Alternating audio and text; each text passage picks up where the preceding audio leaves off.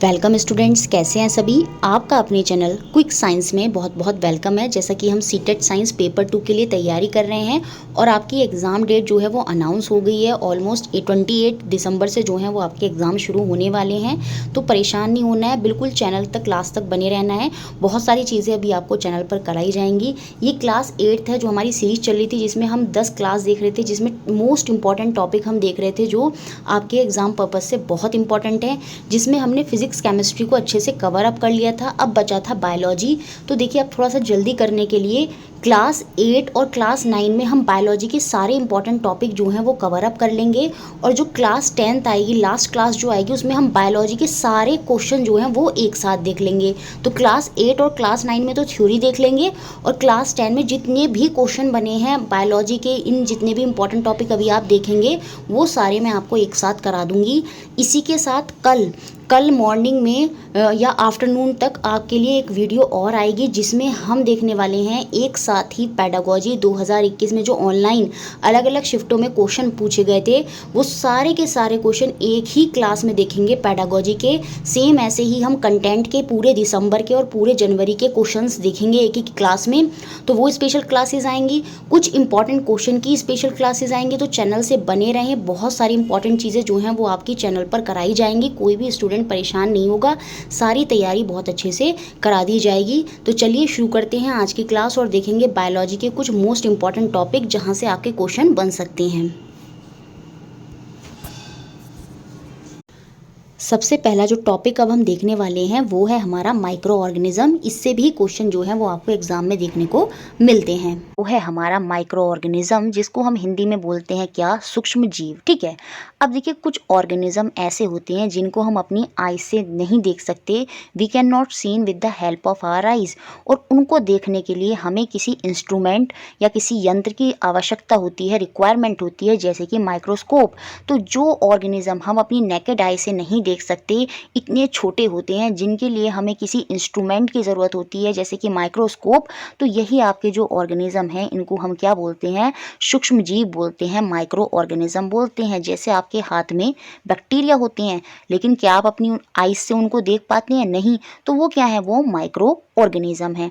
अब जो सीटेट में क्वेश्चन बनता है, ये बनता है कि माइक्रो ऑर्गेनिज्म को कितनी क्लासेस में डिवाइड करा जाता है। तो जो सूक्ष्म जीव है, माइक्रो ऑर्गेनिज्म है, उनको 4 मेन क्लासेस में बांटा जाता है। तो क्वेश्चन यही बनेगा कि कौन सा नहीं है 4 मेन क्लासेस से, या कौन सा है। तो आप याद रखिएगा, जो माइक्रो ऑर्गेनिज्म 4 मेन कैटेगरी में डिवाइड हैं वो कौन कौन से हैं। पहला आपका होता है बैक्टीरिया, जिसको हम हिंदी में क्या बोलते हैं, जीवाणु बोलते हैं।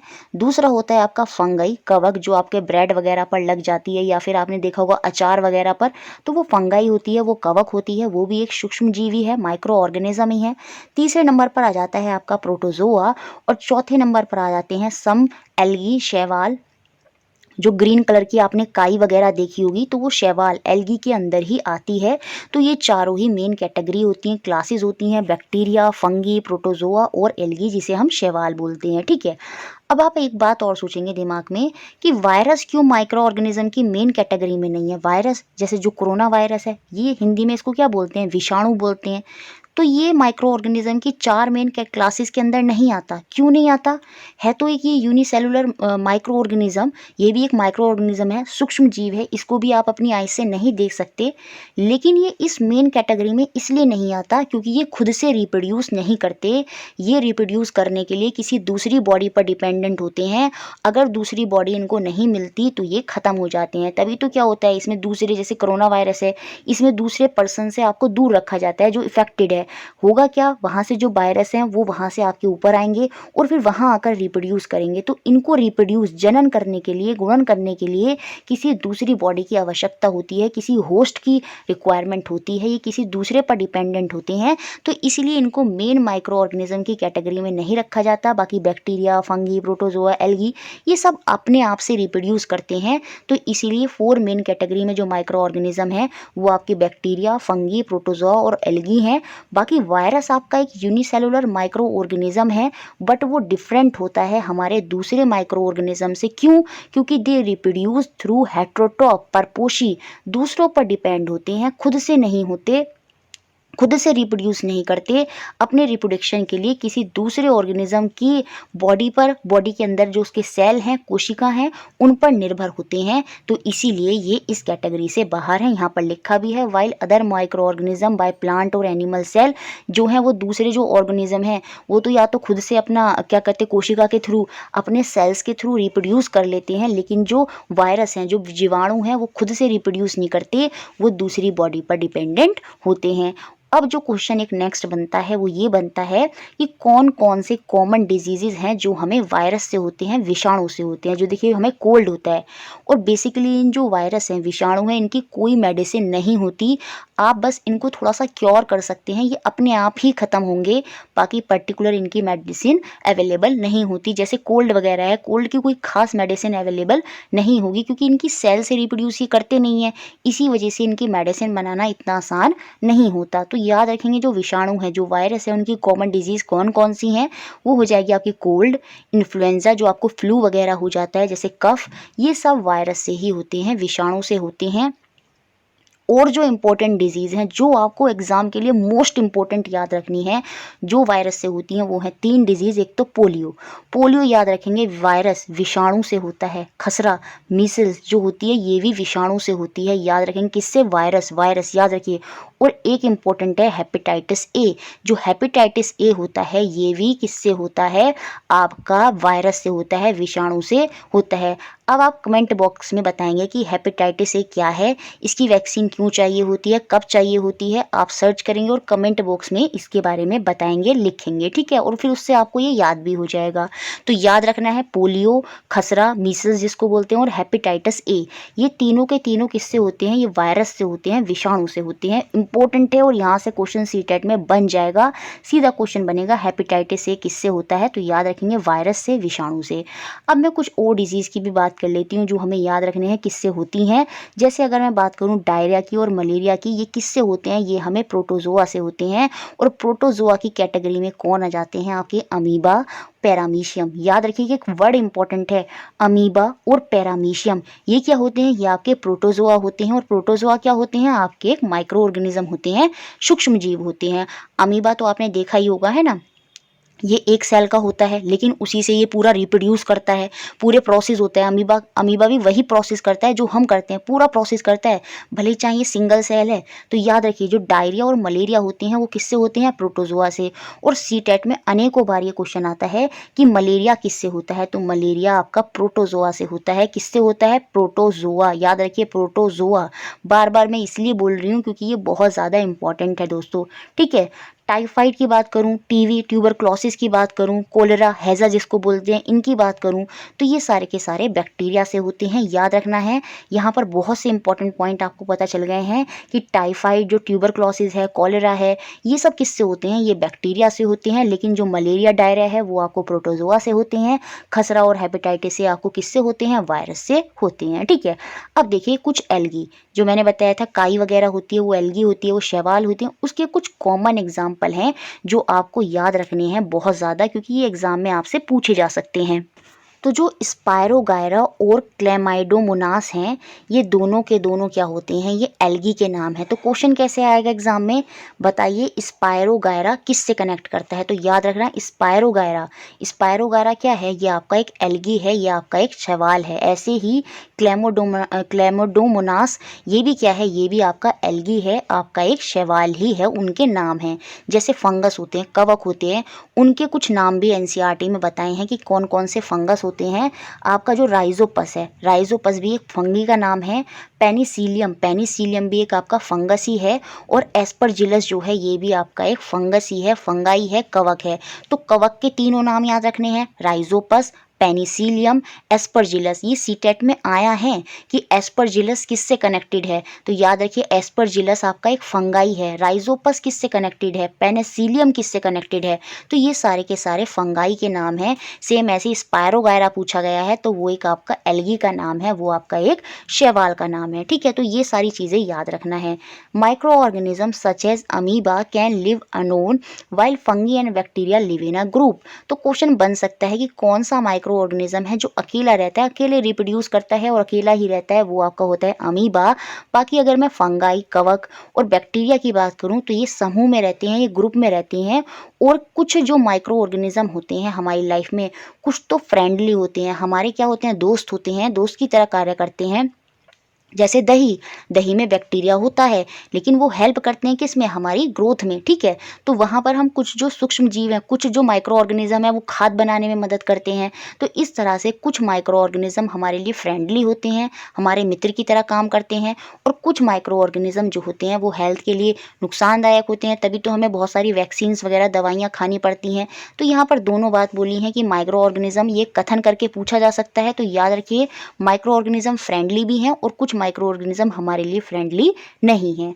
अब उसके बाद देखिए जो नेक्स्ट पॉइंट आपको याद रखना है फ्रेंडली में, देखिए यहाँ पर लिखा भी है, a bacterium called lactobacillus convert milk into curd.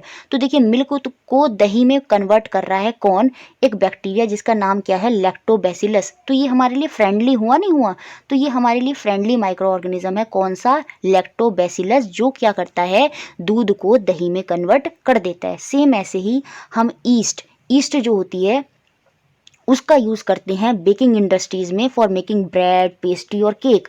तो सीधा सा क्वेश्चन आता है, डबल रोटी बनाने में किसका प्रयोग होता है, कौन वहाँ पर मदद करता है, तो बेक करने में जो हमारा माइक्रो ऑर्गेनिज्म होता है वो कौन सा होता है, वो ईस्ट होता है। ये बहुत इंपॉर्टेंट है और इसको आप याद रखिएगा। Natural sugar present in barley, rice, wheat and fruit juice can be use for making alcohol through east. Same ये क्वेश्चन ऐसे भी बन जाएगा कि राइस वगैरह इन सब में क्या होता है, नेचुरल शुगर प्रेजेंट होती है जिसके थ्रू अल्कोहल बनती है, किसकी मदद से, ईस्ट की मदद से। तो ये भी बहुत इंपॉर्टेंट पॉइंट है। You can get alcohol by adding sugar to water with the help of yeast powder. Yeast की मदद से क्वेश्चन आएगा, ये सीटेट में आया भी है कि ईस्ट की मदद से आप क्या करते हैं, तो फर्मेंटेशन जो होती है, ये फर्मेंटेशन का ही प्रोसेस होता है। उसमें क्या होता है, एक सब्सटेंस दूसरे सब्सटेंस में कन्वर्ट होता है, जैसे मिल्क का दही बनना, ये भी फर्मेंटेशन है, किण्वन की प्रक्रिया है। सेम ऐसे ही चीनी से अल्कोहल बनना, ये भी फर्मेंटेशन है, ये भी आपका किण्वन ही है। तो अल्कोहल जब अल्कोहल हमें मिलती है जब हम शुगर और पानी के कॉम्बिनेशन से उसको हीटअप करते हैं और उसमें हम क्या डालते हैं, हम ईस्ट का पाउडर डालते हैं और उससे हमें अल्कोहल मिल जाती है। और यही प्रोसेस जो होता है conversion of sugar into alcohol, इसको ही हम क्या बोलते हैं, यहाँ पर लिखा भी है देखिए दोस्तों, फर्मेंटेशन बोलते हैं। हिंदी में हम इसको किण्वन बोलते हैं, क्या बोलते हैं, किण्वन बोलते हैं। तो बहुत इंपॉर्टेंट पॉइंट है, the process of conversion of sugar into alcohol, चीनी का अल्कोहल में कन्वर्ट होना आपका फर्मेंटेशन है। और इस फर्मेंटेशन की खोज किसने की है, इस फर्मेंटेशन की खोज लुईस पास्चर ने की है। और ये भी सीटेट में पूछा गया है कि फर्मेंटेशन, किण्वन की खोज किसने की है, लुईस पास्चर ने। तो दूध से दही बनना और चीनी से अल्कोहल बनना ईस्ट के पाउडर की मदद से, ये सारे किण्वन हैं, ये सारे फर्मेंटेशन हैं और इसकी खोज आपकी लुईस पास्चर ने की है। उसके बाद कुछ और बताए हैं कि किसने क्या क्या खोज की है और ये सीटेट में पूछे गए हैं। एक बार मैच द फ्लोइंग करके दिया था और उसमें सारे 4-5 साइंटिस्ट थे और उन्होंने क्या क्या डिस्कवर किया है वो पूछा गया था। और वो सब यही साइंटिस्ट थे क्योंकि यही एनसीईआरटी में लिखे हैं, तो आपको यही याद करने हैं। लुईस पास्चर किण्वन फर्मेंटेशन से हो गए। एडवर्ड जेनर जो चेचक होता है, जिसको हम हिंदी में क्या बोलते हैं, सॉरी इंग्लिश में हम बोलते हैं क्या, स्मॉल पॉक्स। तो एडवर्ड जेनर ने चेचक के टीके की खोज की थी। ये क्वेश्चन भी 2 बार आया है कि चेचक, स्मॉल पॉक्स के टीके की खोज किसने की है, एडवर्ड जेनर ने। बिल्कुल पूरी तरह से आप इसको रट लीजिएगा, ठीक है।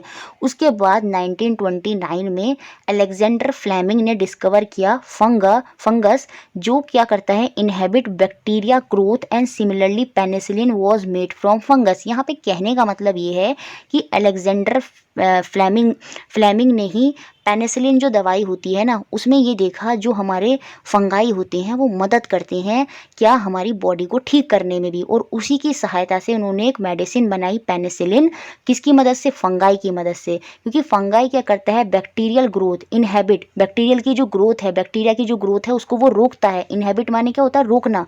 और सिमिलरली पेनिसिलिन, उसी वजह से पेनिसिलिन बनाई गई किसके द्वारा, फंगस के द्वारा, फफूंद के द्वारा। और उससे जब हमने पेनिसिलिन को कंज्यूम किया तो हमारी बॉडी में जो बैक्टीरिया बढ़ रहे थे वो बैक्टीरिया रुक गए। तो फंगाई जो है इस तरह से हमारी बॉडी में पेनिसिलिन के रूप में जाता है और हमारे जो डिजीज़ है उसको ख़त्म कर देता है, और इस तरह से कुछ बैक्टीरिया हमारे लिए फ्रेंडली हो जाते हैं। और याद रखेंगे क्वेश्चन बनेगा पेनिसिलिन की खोज किसने की है, किसने ये मेडिसिन के थ्रू बताया, तो वो है आपके अलेक्जेंडर फ्लेमिंग। बहुत इंपॉर्टेंट है, ये भी आपको याद रखना है। Vaccine are use to cure several diseases. Vaccine होती हैं, जैसे अभी कोरोना वायरस की वैक्सीन का बहुत चल रहा है, तो वैक्सीन को हम यूज़ करते हैं क्यों, क्योंकि हमें क्योर करना होता है बहुत सारी डिजीज़ को, जैसे TV, cholera, chicken pox, small pox. तो इन सब में हम वैक्सीन्स का यूज़ करते हैं, इनके टीके लगवाए जाते हैं ताकि आप इन डिजीज़ से सफ़र ना हो। ठीक है, उसके बाद हम बात करेंगे कि पैथोजेंस क्या होते हैं, या फिर रोगाणु क्या होते हैं, या रोगजनक क्या होते हैं। Micro organism causing disease in living organism are called germs या फिर पैथोजेंस।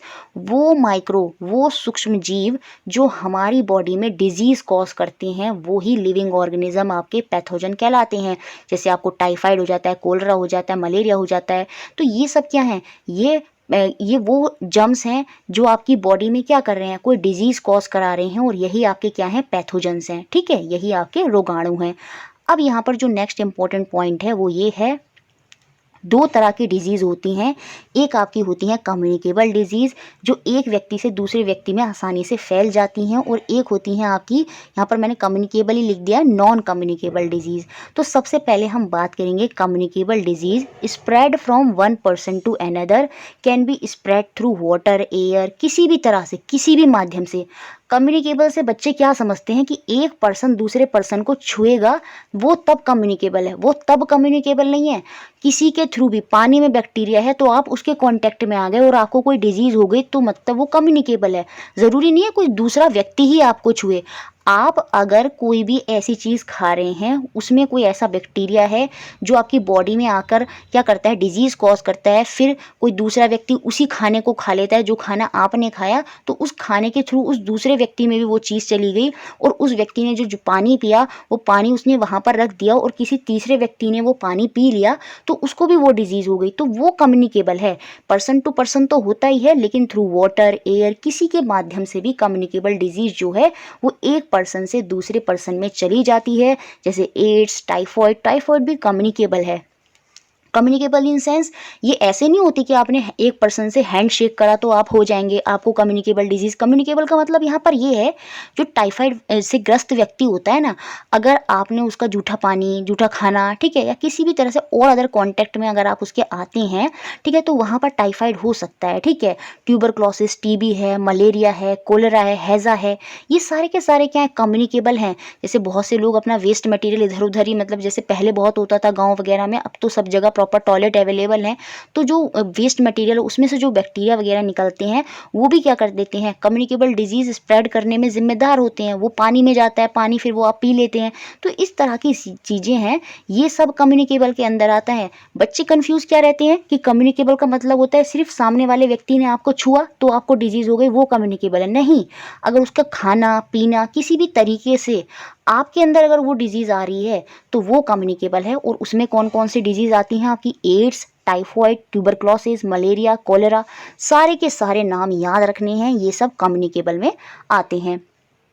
अब अगर मैं नॉन कम्युनिकेबल, जो एक पर्सन से दूसरे पर्सन में किसी भी कांटेक्ट के थ्रू, चाहे पानी पिया हो चाहे हवा हो, उसके थ्रू अगर नहीं आ रही हैं, तो वो आपकी नॉन कम्युनिकेबल है। Can not be transmitted from one person to another person. जैसे कि फीवर हो गया, फीवर में ऐसा कुछ नहीं है। ठीक है, हार्ट अटैक हो गया, हार्ट से रिलेटेड डिजीज़ हो गई, डायबिटीज़ हो गई, इसमें क्या होता है, आप अगर किसी व्यक्ति का जूठा खाना या पानी वगैरह भी कुछ भी पी लेते हैं या किसी भी तरह से उसके कांटेक्ट में है, तो आपको वो डिजीज़ नहीं होगी, तो वो नॉन कम्युनिकेबल है। समझ में आया कम्युनिकेबल क्या है, नॉन कम्युनिकेबल क्या है? एग्जाम्पल के थ्रू मैंने अच्छे से आपको ये चीज़ें समझा दी हैं। देखिए, सब insects and animal also act as pathogen. देखिए, कुछ इंसेक्ट और एनिमल भी, खाली माइक्रो ऑर्गेनिज्म नहीं, सूक्ष्म जीव भी नहीं, लेकिन कुछ कीड़े मकोड़े और कुछ एनिमल भी पैथोजेंस की, रोग, हमारे अंदर रोग उत्पन्न कर देते हैं, पैथोजन की तरह एक्ट करते हैं, और वो कैरियर होते हैं डिजीज़ के, और हमें बहुत सारी डिजीज़ उनके थ्रू हो जाती हैं। जैसे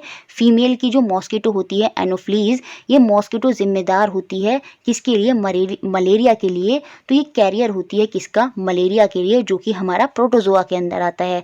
तो यहाँ पर बात हो रही है कि कुछ इंसेक्ट्स और एनिमल भी पैथोजेंस की तरह काम करते हैं और हम उनके संपर्क में आने से हमें क्या हो जाती है, डिजीज हो जाती है। जैसे यहाँ पर बताया है फीमेल एनोफ्लीज मॉस्किटो, तो ये क्वेश्चन पूछा गया है। फीमेल एनोफ्लीज मॉस्किटो है जो क्या होता है, मॉस्किटो का प्लाज्मोडियम होता है और कैरियर होता है किसका, मलेरिया की।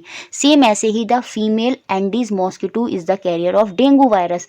तो क्वेश्चन ये बना है कि कौन सा आपका डेंगू के लिए रेस्पॉन्सिबल है, कौन सा वायरस का नाम है जो डेंगू के लिए रेस्पॉन्सिबल है, तो वो है आपका एंडीज मॉस्किटो जो आपके डेंगू वायरस के लिए रेस्पॉन्सिबल है। तो देखिए डेंगू जो है वो वायरस के अंदर आ रहा है, लेकिन जो मलेरिया है वो किसके अंदर आता है, प्रोटोजोआ के अंदर आता है। और मलेरिया में जो होता है वो एनोफ्लीज मॉस्किटो होता है, लेकिन जो डेंगू है, जो डेंगू वायरस है वो किससे होता है, वो एंडीज मॉस्किटो से होता है।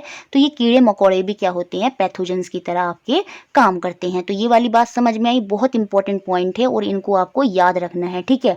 उसके बाद जो रॉबर्ट कॉच हैं, इन्होंने सन 1876 में बैसिलस एंथ्रेसिस नामक जीवाणु की खोज की थी जो एंथ्रेक्स रोग का कारक है। देखिए जो एंथ्रेक्स रोग है ना, ये एनिमल्स के अंदर हो जाता है। तो क्वेश्चन सीधा एग्जाम में आया है कि बैसिलस एंथ्रेसिस नामक जीवाणु बैक्टीरिया की खोज किसने की है। सीधा सा आंसर होगा आपका रॉबर्ट कॉच। जो मैच द फॉलोइंग था ना, उसमें ये भी क्वेश्चन था बैसिलस एंथ्रेसिस। तो याद रखेंगे बैसिलस एंथ्रेसिस नामक बैक्टीरिया जीवाणु की खोज किसने की है, रॉबर्ट कॉच ने की है। यहाँ पर एक एक पॉइंट इंपॉर्टेंट है, सारे पॉइंट सीटेट में पूछे गए हैं और इनसे बाहर इस बार भी कोई पॉइंट नहीं पूछा जाएगा। तो बैसिलस एंथ्रेसिस की खोज किसने की है, रॉबर्ट कॉच ने। माइक्रो ऑर्गेनिज्म होते हैं वो हमारी बॉडी के लिए हार्मफुल भी होते हैं और इवन प्लांट के लिए भी वो बहुत ज़्यादा हार्मफुल होते हैं। जो माइक्रो ऑर्गेनिज्म है उनकी वजह से बहुत से रोग प्लांट के अंदर हो जाते हैं, जैसे कैंकर। ये एनसीईआरटी में लिखा है तो याद कर लीजिएगा। कैंकर डिजीज़ जो है वो लेमन में हो जाती है, वो नींबू में हो जाती है और ये बैक्टीरिया की वजह से होती है। तो क्वेश्चन बनेगा कि कैंकर डिजीज़ किससे संबंधित है, तो वो आपकी लेमन में होती है और किससे होती है, बैक्टीरिया से होती है। जैसे कि आपका रस्ट हो जाती है, रस्ट नाम की डिजीज़ फंगस में, किसकी वजह से, फंगस है जो कि एक रस्ट, और ये हमारी वीट में हो जाती है, हमारे गेहूं के अंदर रस्ट लग जाता है। तो ये भी याद रखना है। ऐसे ही आलू भी होता है, आलू भी काला हो जाता है ना, पोटैटो भी काला हो जाता है। तो ये कुछ माइक्रो ऑर्गेनिज्म है जो हमारे एनिमल को ही नहीं, प्लांट को भी इफेक्ट करते हैं। जैसे कैंकर रोग हो गया, जैसे रस्ट हो गया आपका वीट में। तो ये सारी चीज़ें हैं। देखिए थोड़ा सा बोलने में गड़बड़ हो रहा है क्योंकि ठंड यहाँ पर काफ़ी है, तो बोलने में थोड़ा सा कभी कभी गड़बड़ हो जाता है, तो प्लीज़ उससे आप माइंड मत करिएगा। मेरी पूरी कोशिश यही हो रही है कि मैं अच्छे से आपको पूरा एक्सप्लेन कर दूं, ठीक है। देखिए उसके अलावा कुछ प्रिजर्वेटिव्स होते हैं, परिरक्षक होते हैं, जिनको हम अपने खानों के अंदर डाल देते हैं, फूड के अंदर डाल देते हैं, जिससे जो हमारा फूड है वो जल्दी से ख़राब ना हो या फिर वो जल्दी से इफेक्ट ना हो किससे, माइक्रो ऑर्गेनिज्म से, सूक्ष्म जीव से। जैसे कि प्रिजर्वर के अंदर क्या आ जाएगा, क्वेश्चन बन सकता है कि कौन कौन से प्रिजर्वेटिव हैं। तो चारों पाँचों नाम याद रखने हैं। सॉल्ट और ऑयल, हम जो नमक डालते हैं, जैसे अचार वगैरह बनाते हैं ना, तो उसमें हम नमक, मसाले, ऑयल वगैरह क्यों डालते हैं, ताकि वो लंबे समय तक प्रिजर्व हो सके, परिरक्षक हो सके। जैसे जैम है, सॉस है, ये सब लंबे समय तक काम करते हैं क्योंकि उनमें शुगर डली हुई होती है। तो आपकी सॉल्ट है, शुगर है, ये सब प्रिजर्वेटिव ही होते हैं। ये बैक्टीरिया को जल्दी से, माइक्रो ऑर्गेनिज्म को आपके फूड पर जल्दी से इफेक्ट नहीं करने देते। जो इंपॉर्टेंट पॉइंट याद रखना है वो ये है, विनेगर, सिरका, सेम एज ए सिरका भी होता है, विनेगर भी होता है। सोडियम बेंजोएट, ये क्वेश्चन बन सकता है, सोडियम बेंजोएट या सोडियम मेटाबाई सल्फर, ये प्रिजर्वेटिव की तरह यूज होते हैं हमारे फूड में।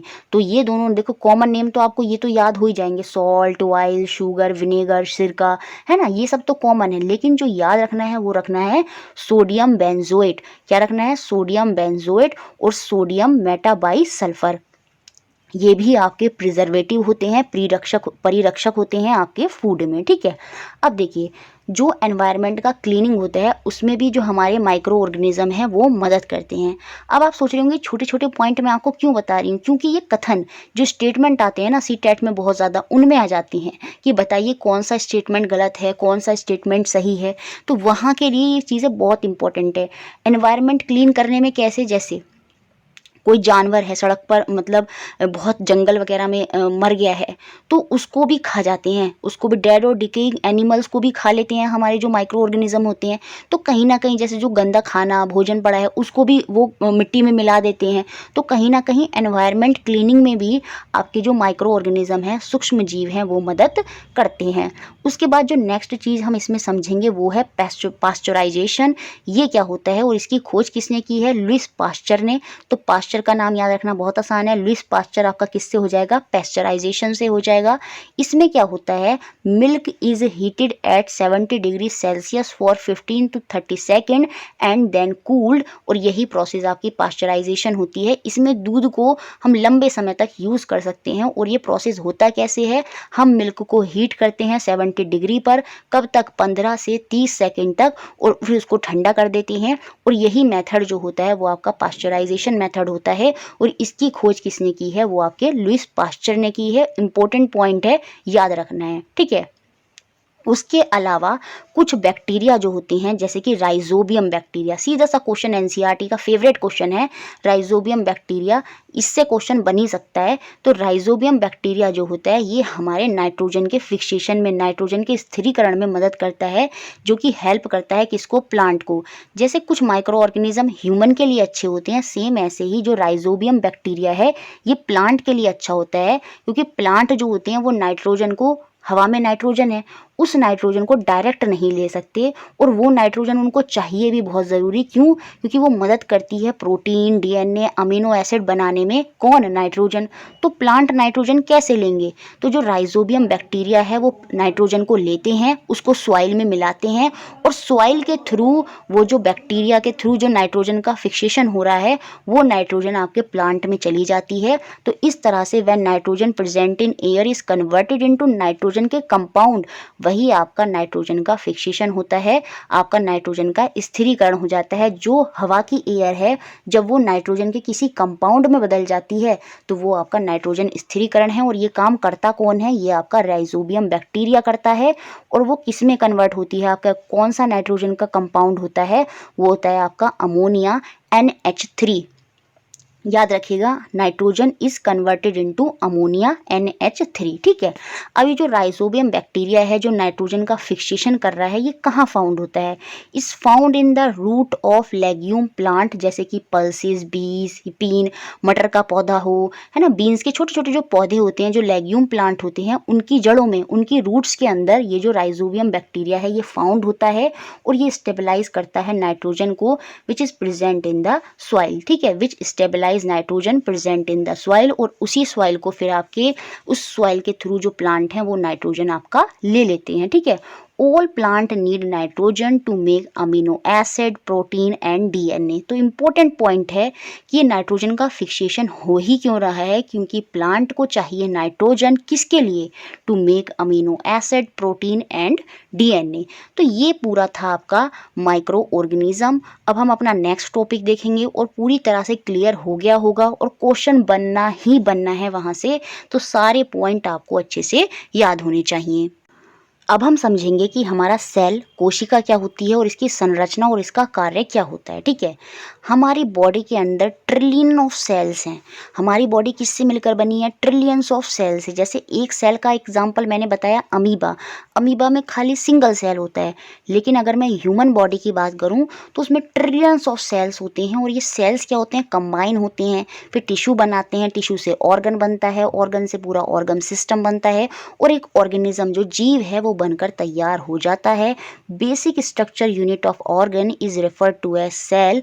अंगों की संरचनात्मक मूल इकाई को ही कोशिका कहते हैं। जैसे हम अपना घर बनाते हैं तो उसमें जो ब्रिक होती है, जो ईंट होती है, वो मूल इकाई है। सेम ऐसे ही हमारे हर जीव में, लिविंग ऑर्गेनिज्म में जो बेसिक स्ट्रक्चर है वो क्या होता है? वो सेल होती है, वो कोशिका होती है। और इसके बारे में 1665 में सबसे पहले किसने बताया? रॉबर्ट हुक ने। तो इम्पॉर्टेंट पॉइंट है, रॉबर्ट हुक ने सेल को इंट्रोड्यूस किया। अब देखिए होता क्या है, हमारी बॉडी में अलग अलग तरह के सेल्स होते हैं, कुछ गोल होते हैं, कुछ चपटे होते हैं फैले हुए, ठीक है, कुछ लंबे लंबे होते हैं। तो ये जो अलग अलग तरह के सेल्स होते हैं ये क्या करते हैं, ये टिश्यू बनाते हैं। अब देखिए टिश्यू क्या होता है, इस चीज़ को प्रोसेस को अच्छे से समझिए। टिश्यू जिसे हम ऊतक बोलते हैं, टिश्यू क्या होता है, सिमिलर टाइप ऑफ सेल जब एक साथ आ जाते हैं तो वो आपके टिश्यू होते हैं। जैसे एक क्लास में कुछ लाल रंग की कुर्सियां हैं, चेयर हैं, और कुछ ग्रीन कलर की चेयर हैं। तो अगर मैं सारी लाल रंग की चेयर को एक साथ कर दूं तो वो टिश्यू बन जाएंगी। क्या बन जाएंगी, टिश्यू। तो सेम ऐसे सिमिलर टाइप ऑफ सेल, जैसे गोल वाले सेल सारे जब एक साथ हो जाएंगे तो वो क्या बना देते हैं, वो ऊतक बना देते हैं, वो टिश्यू बना देते हैं। सेम ऐसी सारी ग्रीन चेयर अगर एक साथ हो जाएंगी तो वो भी क्या फॉर्म करेंगी, वो भी टिश्यू फॉर्म करेंगी, वो भी ऊतक बनाएंगी। तो सिमिलर टाइप ऑफ सेल जब एक साथ आती हैं तो वो तो आपके ऊतक होते हैं। लेकिन जब यही दो, एक ऊतक ये और एक टिश्यू ये दोनों मिलकर, जब ये दोनों भी मिल जाएंगे तो ये दोनों मिलकर क्या बनाएंगे, ये एक ऑर्गन बनाएंगे। और फिर ऑर्गन से अलग अलग ऑर्गन जब बहुत सारे कनेक्ट हो जाते हैं तो पूरा एक ऑर्गन सिस्टम बन जाता है और वहीं से आपका एक पूरा ऑर्गेनिज्म बनकर तैयार हो जाता है। तो याद रखिए, टिश्यू जो ऊतक होते हैं वो तो सिमिलर टाइप ऑफ सेल होते हैं, और जब similar type of tissue, similar type of अलग अलग टिश्यू है ना, कहीं पर सर्किल वाले हैं, कहीं पर दूसरे वाले टिश्यू एक साथ हैं, है ना, जिसमें एक टाइप के सेल हैं। तो जब ये सारे टिश्यू भी एक साथ मिल जाते हैं तो वो आपका एक ऑर्गन बनाते हैं, और बहुत सारे ऑर्गन मिलकर आपके पूरा एक ऑर्गन सिस्टम बन जाता है। जैसे हार्ट हो गया एक ऑर्गन, लीवर, किडनी, तो ये सारे ऑर्गन मिलकर एक ऑर्गन सिस्टम बनाते हैं, और उस ऑर्गन सिस्टम से ही आपका एक ऑर्गेनिज्म जो जीव होता है वो बनकर तैयार हो जाता है। ठीक है।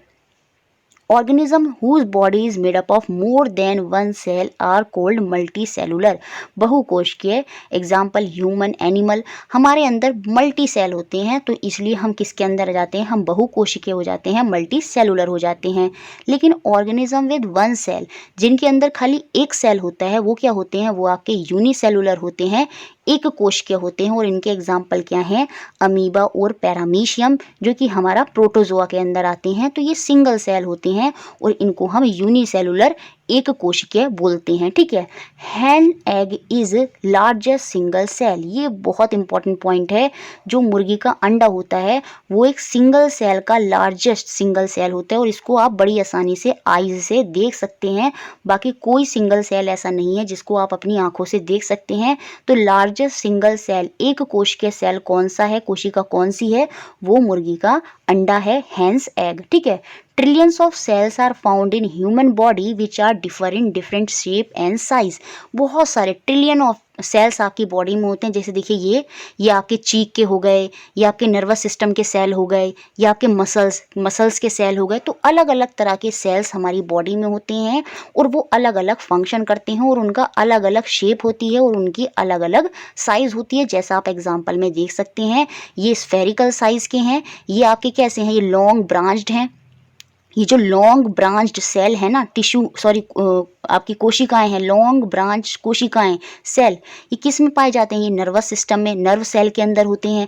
और ये जो चपटी स्पिंडल है, सीधी फ्लैट, ये आपके जो सेल हैं ये किस में होते हैं, ये आपके मसल्स में होते हैं। ठीक है, मांसपेशियों में होते हैं। तो अलग अलग तरह के सेल आपकी बॉडी में होते हैं, जिनकी साइज अलग है, जिनका शेप अलग है। ये आप याद रखिएगा, हमारे अंदर एक तरह के सेल नहीं होते, अलग अलग तरह के सेल होते हैं, अलग अलग साइज, अलग अलग फंक्शन, सब कुछ अलग अलग करते हैं। A single cell organism can also perform the all necessary action that multi cellular organism do. एक सिंगल सेल ऑर्गेनिज्म भी वही फंक्शन परफॉर्म कर सकता है जो हमारी बॉडी फंक्शन परफॉर्म करती है, क्योंकि हमारी बॉडी क्या है, एक मल्टी सेलुलर है। जैसे अमीबा जो होता है ये सब कुछ कर सकता है, ये सिंगल सेल है लेकिन ये फिर भी क्या कर सकता है, ये सारे नेसेसरी फंक्शन जो होते हैं वो कर सकता है। जैसे ये फूड को अंतग्रहण करता है, फिर उसको पचाता है, कैप्चर के साथ साथ डाइजेस्ट भी करता है, फिर ये रेस्पायर भी करता है, सांस भी लेता है, श्वसन भी करता है, और ये एक्सक्रीट भी करता है, उत्सर्जन, वेस्ट मटेरियल को बॉडी से बाहर भी निकलता है, और साथ में ये रिप्रोड्यूस भी करता है, प्रजनन भी करता है, और ग्रोथ भी करता है, वृद्धि भी करता है। तो ये वही सारे कार्य कर रहा है जो हमारी बॉडी करती है। तो याद रखिए, एक सिंगल सेल भी सारे कार्य, सारे फंक्शन कर सकता है जो एक मल्टी सेलुलर बॉडी करती है। देखिए अमीबा जो होता है ना उसकी कोई डेफिनेट शेप नहीं होती, इसका कोई निश्चित आकार नहीं होता, ये अपनी शेप को चेंज करता रहता है। क्यों? क्योंकि इसके फॉल्स फीड होते हैं जिन्हें हम सूडोपोडिया बोलते हैं, जिन्हें हम पादाप बोलते हैं। जब ये भोजन को ले रहा होता है, कैप्चर कर रहा होता है, तो उस समय ये अपने फॉल्स फीड को बाहर कर लेता है, फिर अंदर कर लेता है। तो ये अलग अलग समय पे अपने फॉल्स फीड को, सूडोपोडिया को निकालता रहता है।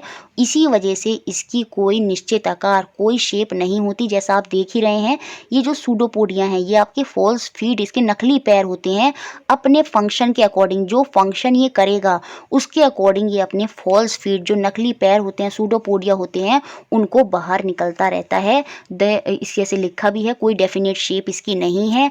The projections of varying length protruding out of its body, इन्हें ही हम सूडोपोडिया कहते हैं या फॉल्स फीड पादाब कहते हैं। ठीक है, अब देखिए different types of cells are found in human body. इनकी अलग अलग शेप होती है और इनका कुछ अलग अलग स्पेसिफिक फंक्शन होता है। ये मैंने पहले भी अभी आपको अच्छे से समझा दिया है। अब देखिए थोड़ा सा सेल के बारे में डिटेल में समझेंगे। देखिए जो सेल होता है ना, उसमें जो बाहरी लेयर होती है वो आपकी क्या कहलाती है? वो आपकी सेल मेम्ब्रेन, कोशिका झिल्ली कहलाती है। ये प्लांट में भी होती है और ये एनिमल में भी होती है। आउटर मोस्ट लेयर, जो सबसे बाहरी लेयर होती है सेल की, जो उसको एक स्ट्रक्चर दे रही है, वो आपकी क्या है? कोशिका झिल्ली होती है, सेल मेम्ब्रेन होती है, जो हमें शेप प्रोवाइड करती है हमारी सेल को। और प्लांट के अंदर एक एक्स्ट्रा वॉल होती है। देखिए एनिमल सेल जो होते हैं उनमें तो खाली सेल मेम्ब्रेन होती है, लेकिन जो प्लांट का सेल होगा उसमें सेल मेम्ब्रेन के साथ साथ एक एक्स्ट्रा वॉल होगी, एक एक्स्ट्रा झिल्ली होगी, जिसको हम क्या बोलते हैं? कोशिका भित्ति बोलते हैं। क्या बोलते हैं? सेल वॉल बोलते हैं। तो याद रखना, सेल वॉल जो होती है ये प्लांट सेल के अंदर होती है, लेकिन एनिमल सेल के अंदर नहीं होती। और ये सीटेट में बहुत बार आता है। कभी भी पहचानना हो कि कौन कौन से ऑर्गेनिज्म, कौन कौन से सब्सटेंसेस हैं जो सेल के अंदर पाए जाते हैं, तो याद रखना जो प्लांट सेल है उसके अंदर सेल वॉल होती है, लेकिन जो एनिमल सेल होता है, जो हमारे सेल होते हैं, हम भी तो एनिमल कैटेगरी में ही आते हैं, तो जो हमारे सेल होते हैं उनके अंदर सेल वॉल, कोशिका भित्ति नहीं होती। प्लांट में ये एक्स्ट्रा इसलिए होती है क्योंकि प्लांट घर के बाहर रहते हैं, क्योंकि उनको तो ऐसा नहीं, आप तो सर्दी हो रही है तो घर के अंदर हैं, सिक्योर हैं, लेकिन प्लांट तो हर मौसम में उनको खड़े रहना है। तो उनको एक स्ट्रक्चर जो है, उनका जो स्ट्रक्चर है वो बहुत स्ट्रांग होना चाहिए, वो हर तरह के मौसम को झेल सकें। इसलिए उनके सेल में एक अलग से एक्स्ट्रा वॉल होती है जो उनको सपोर्ट प्रोवाइड करती है। ठीक है, तो याद रखिए, तो प्लांट के अंदर एक एक्स्ट्रा वॉल होती है जिसे हम कोशिका भित्ति बोलते हैं। और यही जो एक्स्ट्रा वॉल है, कोशिका भित्ति, सेल वॉल है, ये आपकी बैक्टीरियल सेल में भी होती है। तो बैक्टीरिया के सेल में भी क्वेश्चन बन जाएगा, याद रखिए, प्लांट के साथ साथ बैक्टीरिया के सेल में भी सेल वॉल होती है, लेकिन एनिमल सेल में कोई भी सेल वॉल नहीं होती।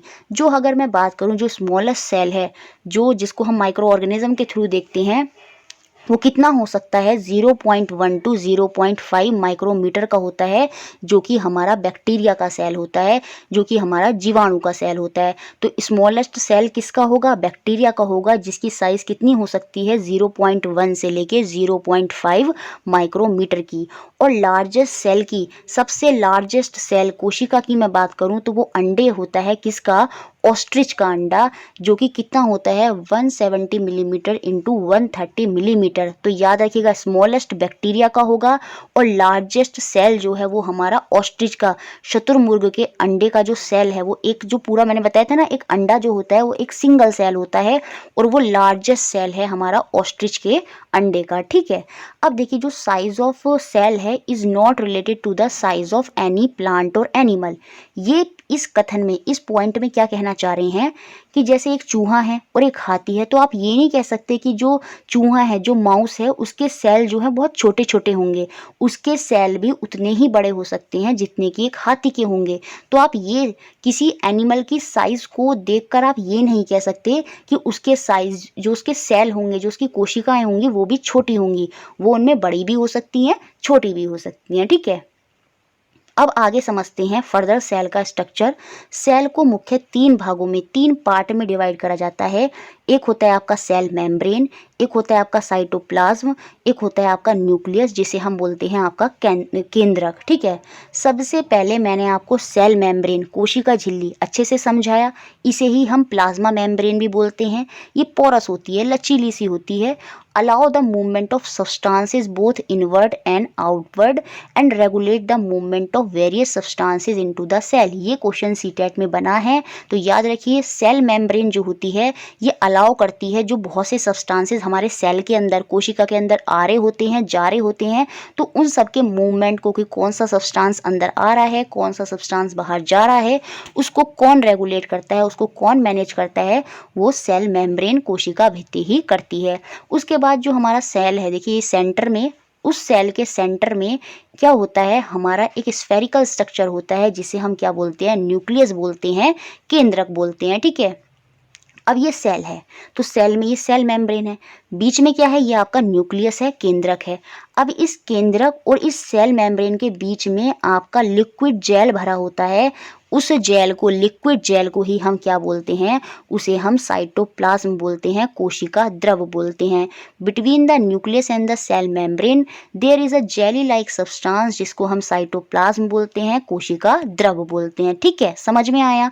आप डायग्राम में भी देख सकते हैं, सेल मेम्ब्रेन कोने पे है, ठीक है, फिर आपका न्यूक्लियस हो गया बीच में, फिर उन न्यूक्लियस और सेल मेम्ब्रेन के बीच में जो द्रव, कोशिकीय द्रव भरा है, उसको हम साइटोप्लाज्म बोलते हैं। यहाँ पर आपका न्यूक्लियस मेम्ब्रेन भी है, न्यूक्लियस को भी सपोर्ट करने के लिए, उसको भी एक शेप प्रोवाइड करने के लिए बाहर न्यूक्लियस के क्या होती है, एक न्यूक्लियस मेम्ब्रेन होती है, केंद्रिका होती है। ठीक है, अब जो अलग अलग तरह के कंपोनेंट हैं जो और हमारे सेल के अंदर होते हैं वो क्या होते हैं, राइबोसोम।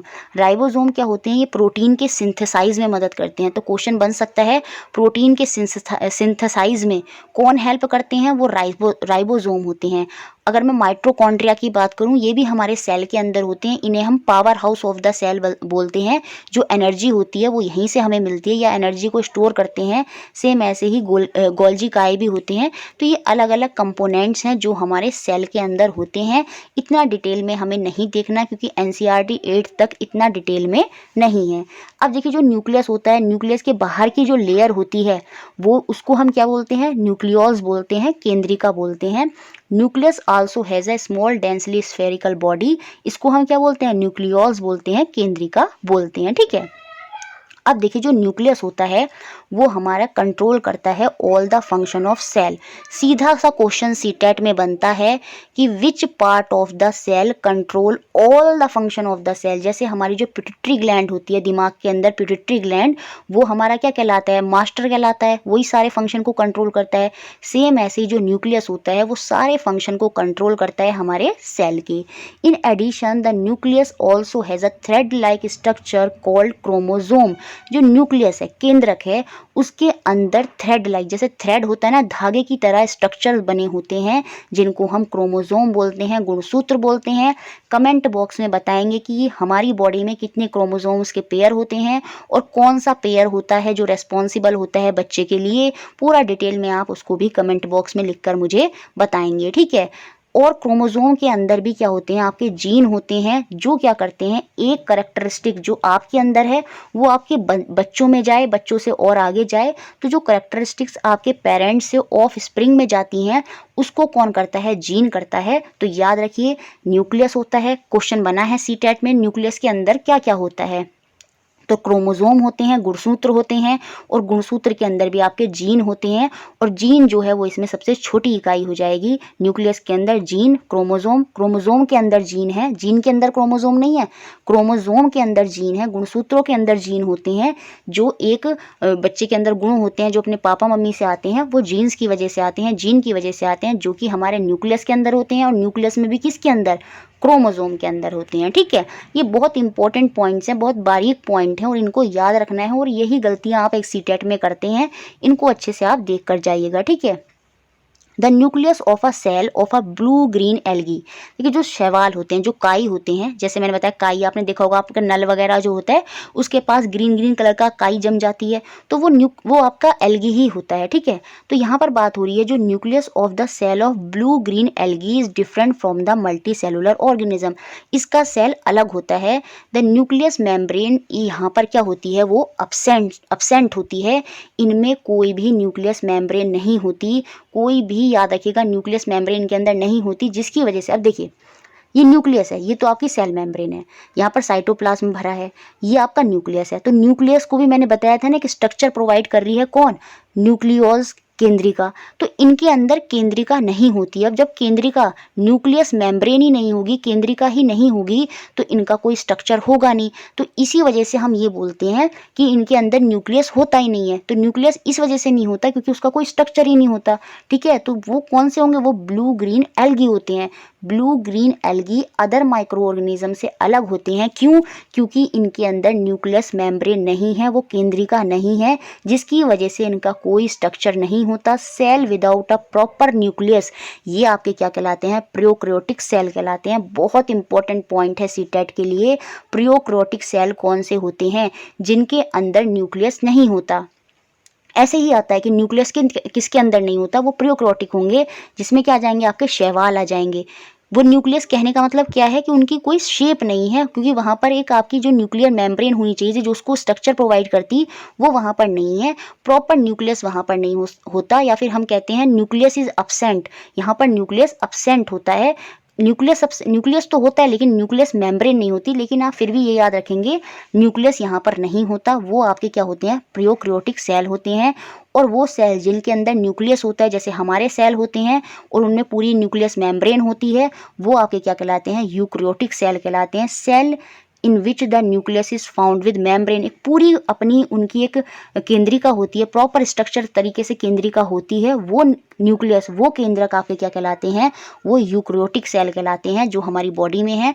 लेकिन याद रखिएगा जो शैवाल है वो क्या है, वो आपका प्रोकैरियोटिक है। क्यों? क्योंकि उसके अंदर न्यूक्लियस नहीं है, या प्रॉपर स्ट्रक्चर न्यूक्लियस वहाँ पर नहीं होता। तो ये याद रखिएगा, ये बहुत बहुत ज़्यादा इंपॉर्टेंट पॉइंट है। एम्प्टी और visible structure between cytoplasm are called vacuoles, रिक्तिका। देखिए एनिमल सेल, ये प्लांट सेल है, तो इनमें कुछ इस तरह से, एनिमल सेल में तो छोटे होंगे और प्लांट सेल में बहुत बड़े बड़े खाली एम्प्टी स्पेस होते हैं इस तरह से, जिन्हें हम क्या बोलते हैं, वैक्यूल्स बोलते हैं। क्या बोलते हैं, रिक्तिका बोलते हैं। और याद रखिएगा ये प्लांट के सेल में, जो प्लांट होते हैं उनके जो पादप कोशिका होती हैं उनमें ये बहुत बड़े होंगे, लेकिन जो एनिमल का सेल होता है उनमें ये काफ़ी छोटे होते हैं। तो ये इंपॉर्टेंट डिफरेंस है किसके बीच में, प्लांट सेल के बीच में और एनिमल सेल के बीच में। एक तो सेल वॉल नहीं होती किसमें, एनिमल सेल में, और एक ये जो वैक्यूल्स होते हैं ये एनिमल सेल में छोटे होते हैं और प्लांट सेल में काफ़ी बड़े होते हैं।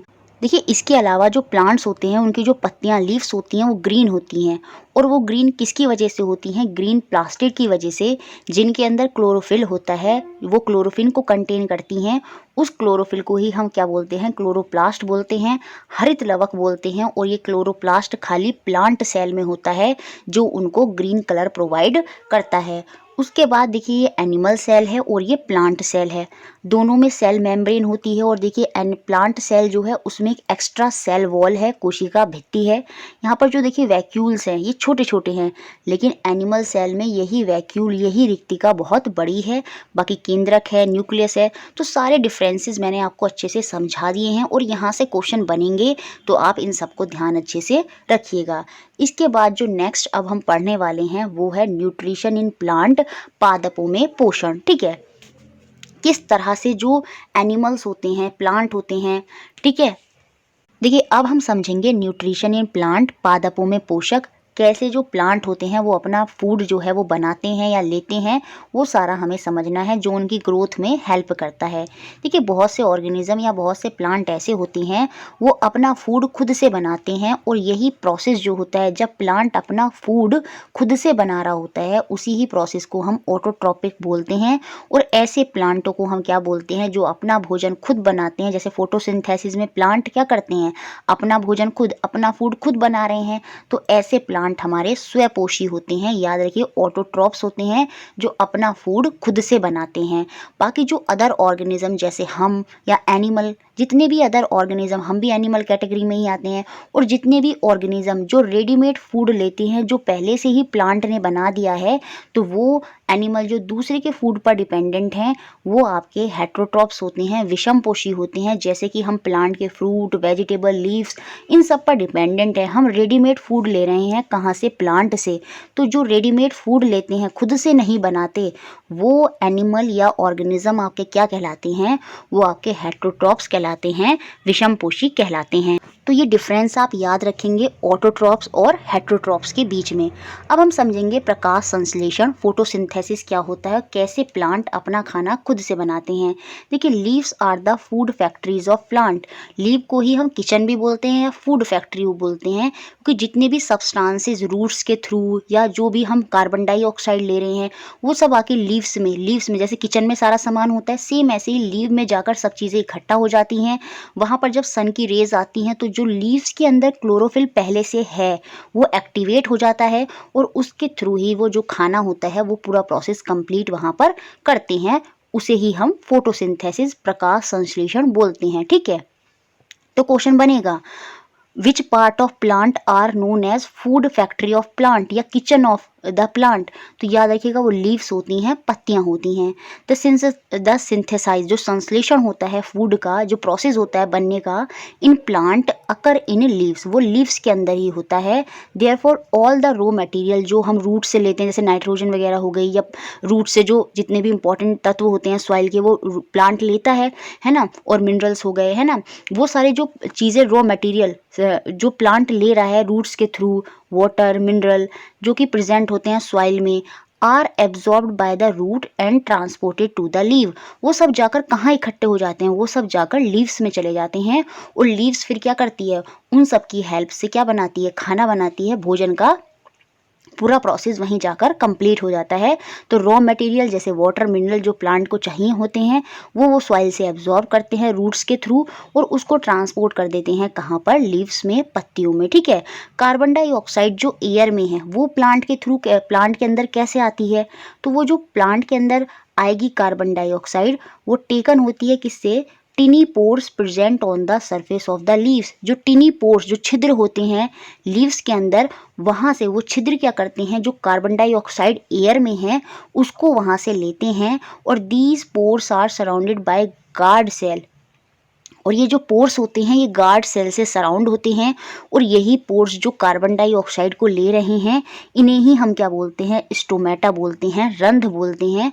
और इस तरह से क्या होता है, जो लीव्स जिनके अंदर पहले से ही ग्रीन पिगमेंट है जिसको हम क्या बोलते हैं? क्लोरोफिल बोलते हैं। जैसे मैंने बताया था ग्रीन प्लास्टिड, क्लोरोप्लास्ट, हरित लवक, है ना, तो वो जो क्लोरोफिल जो उनके सेल में पहले से ही है वो सन की प्रेजेंस में क्या होता है? वो एक्टिवेट हो जाता है।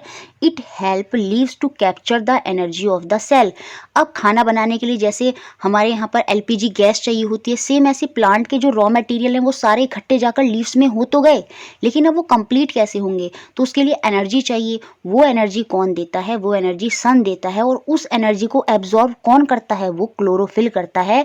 तो वो उस एनर्जी को एब्जॉर्ब करेगा और वहाँ पर खाने का प्रोसेस जो है वो कंप्लीट होगा। This energy is use to synthesize prepare food from carbon dioxide and water. जो पानी हमने रूट्स से लिया है और जो हमें टिनी पोर स्टोमेटा से जो हमारी कार्बन डाइऑक्साइड आई है, और जो सन के प्रेजेंस में क्लोरोफिल एक्टिवेट हुआ है, उसने एनर्जी को कंज्यूम किया और खाना जो है वहाँ पर बन जाएगा कार्बन डाइऑक्साइड और वाटर की मदद से। देखिए, जो प्लांट के अंदर जल वगैरह को लेकर आते हैं तो वो होते हैं आपके कौन से टिश्यू, कौन से ऊतक? वो होते हैं आपके जाइलम।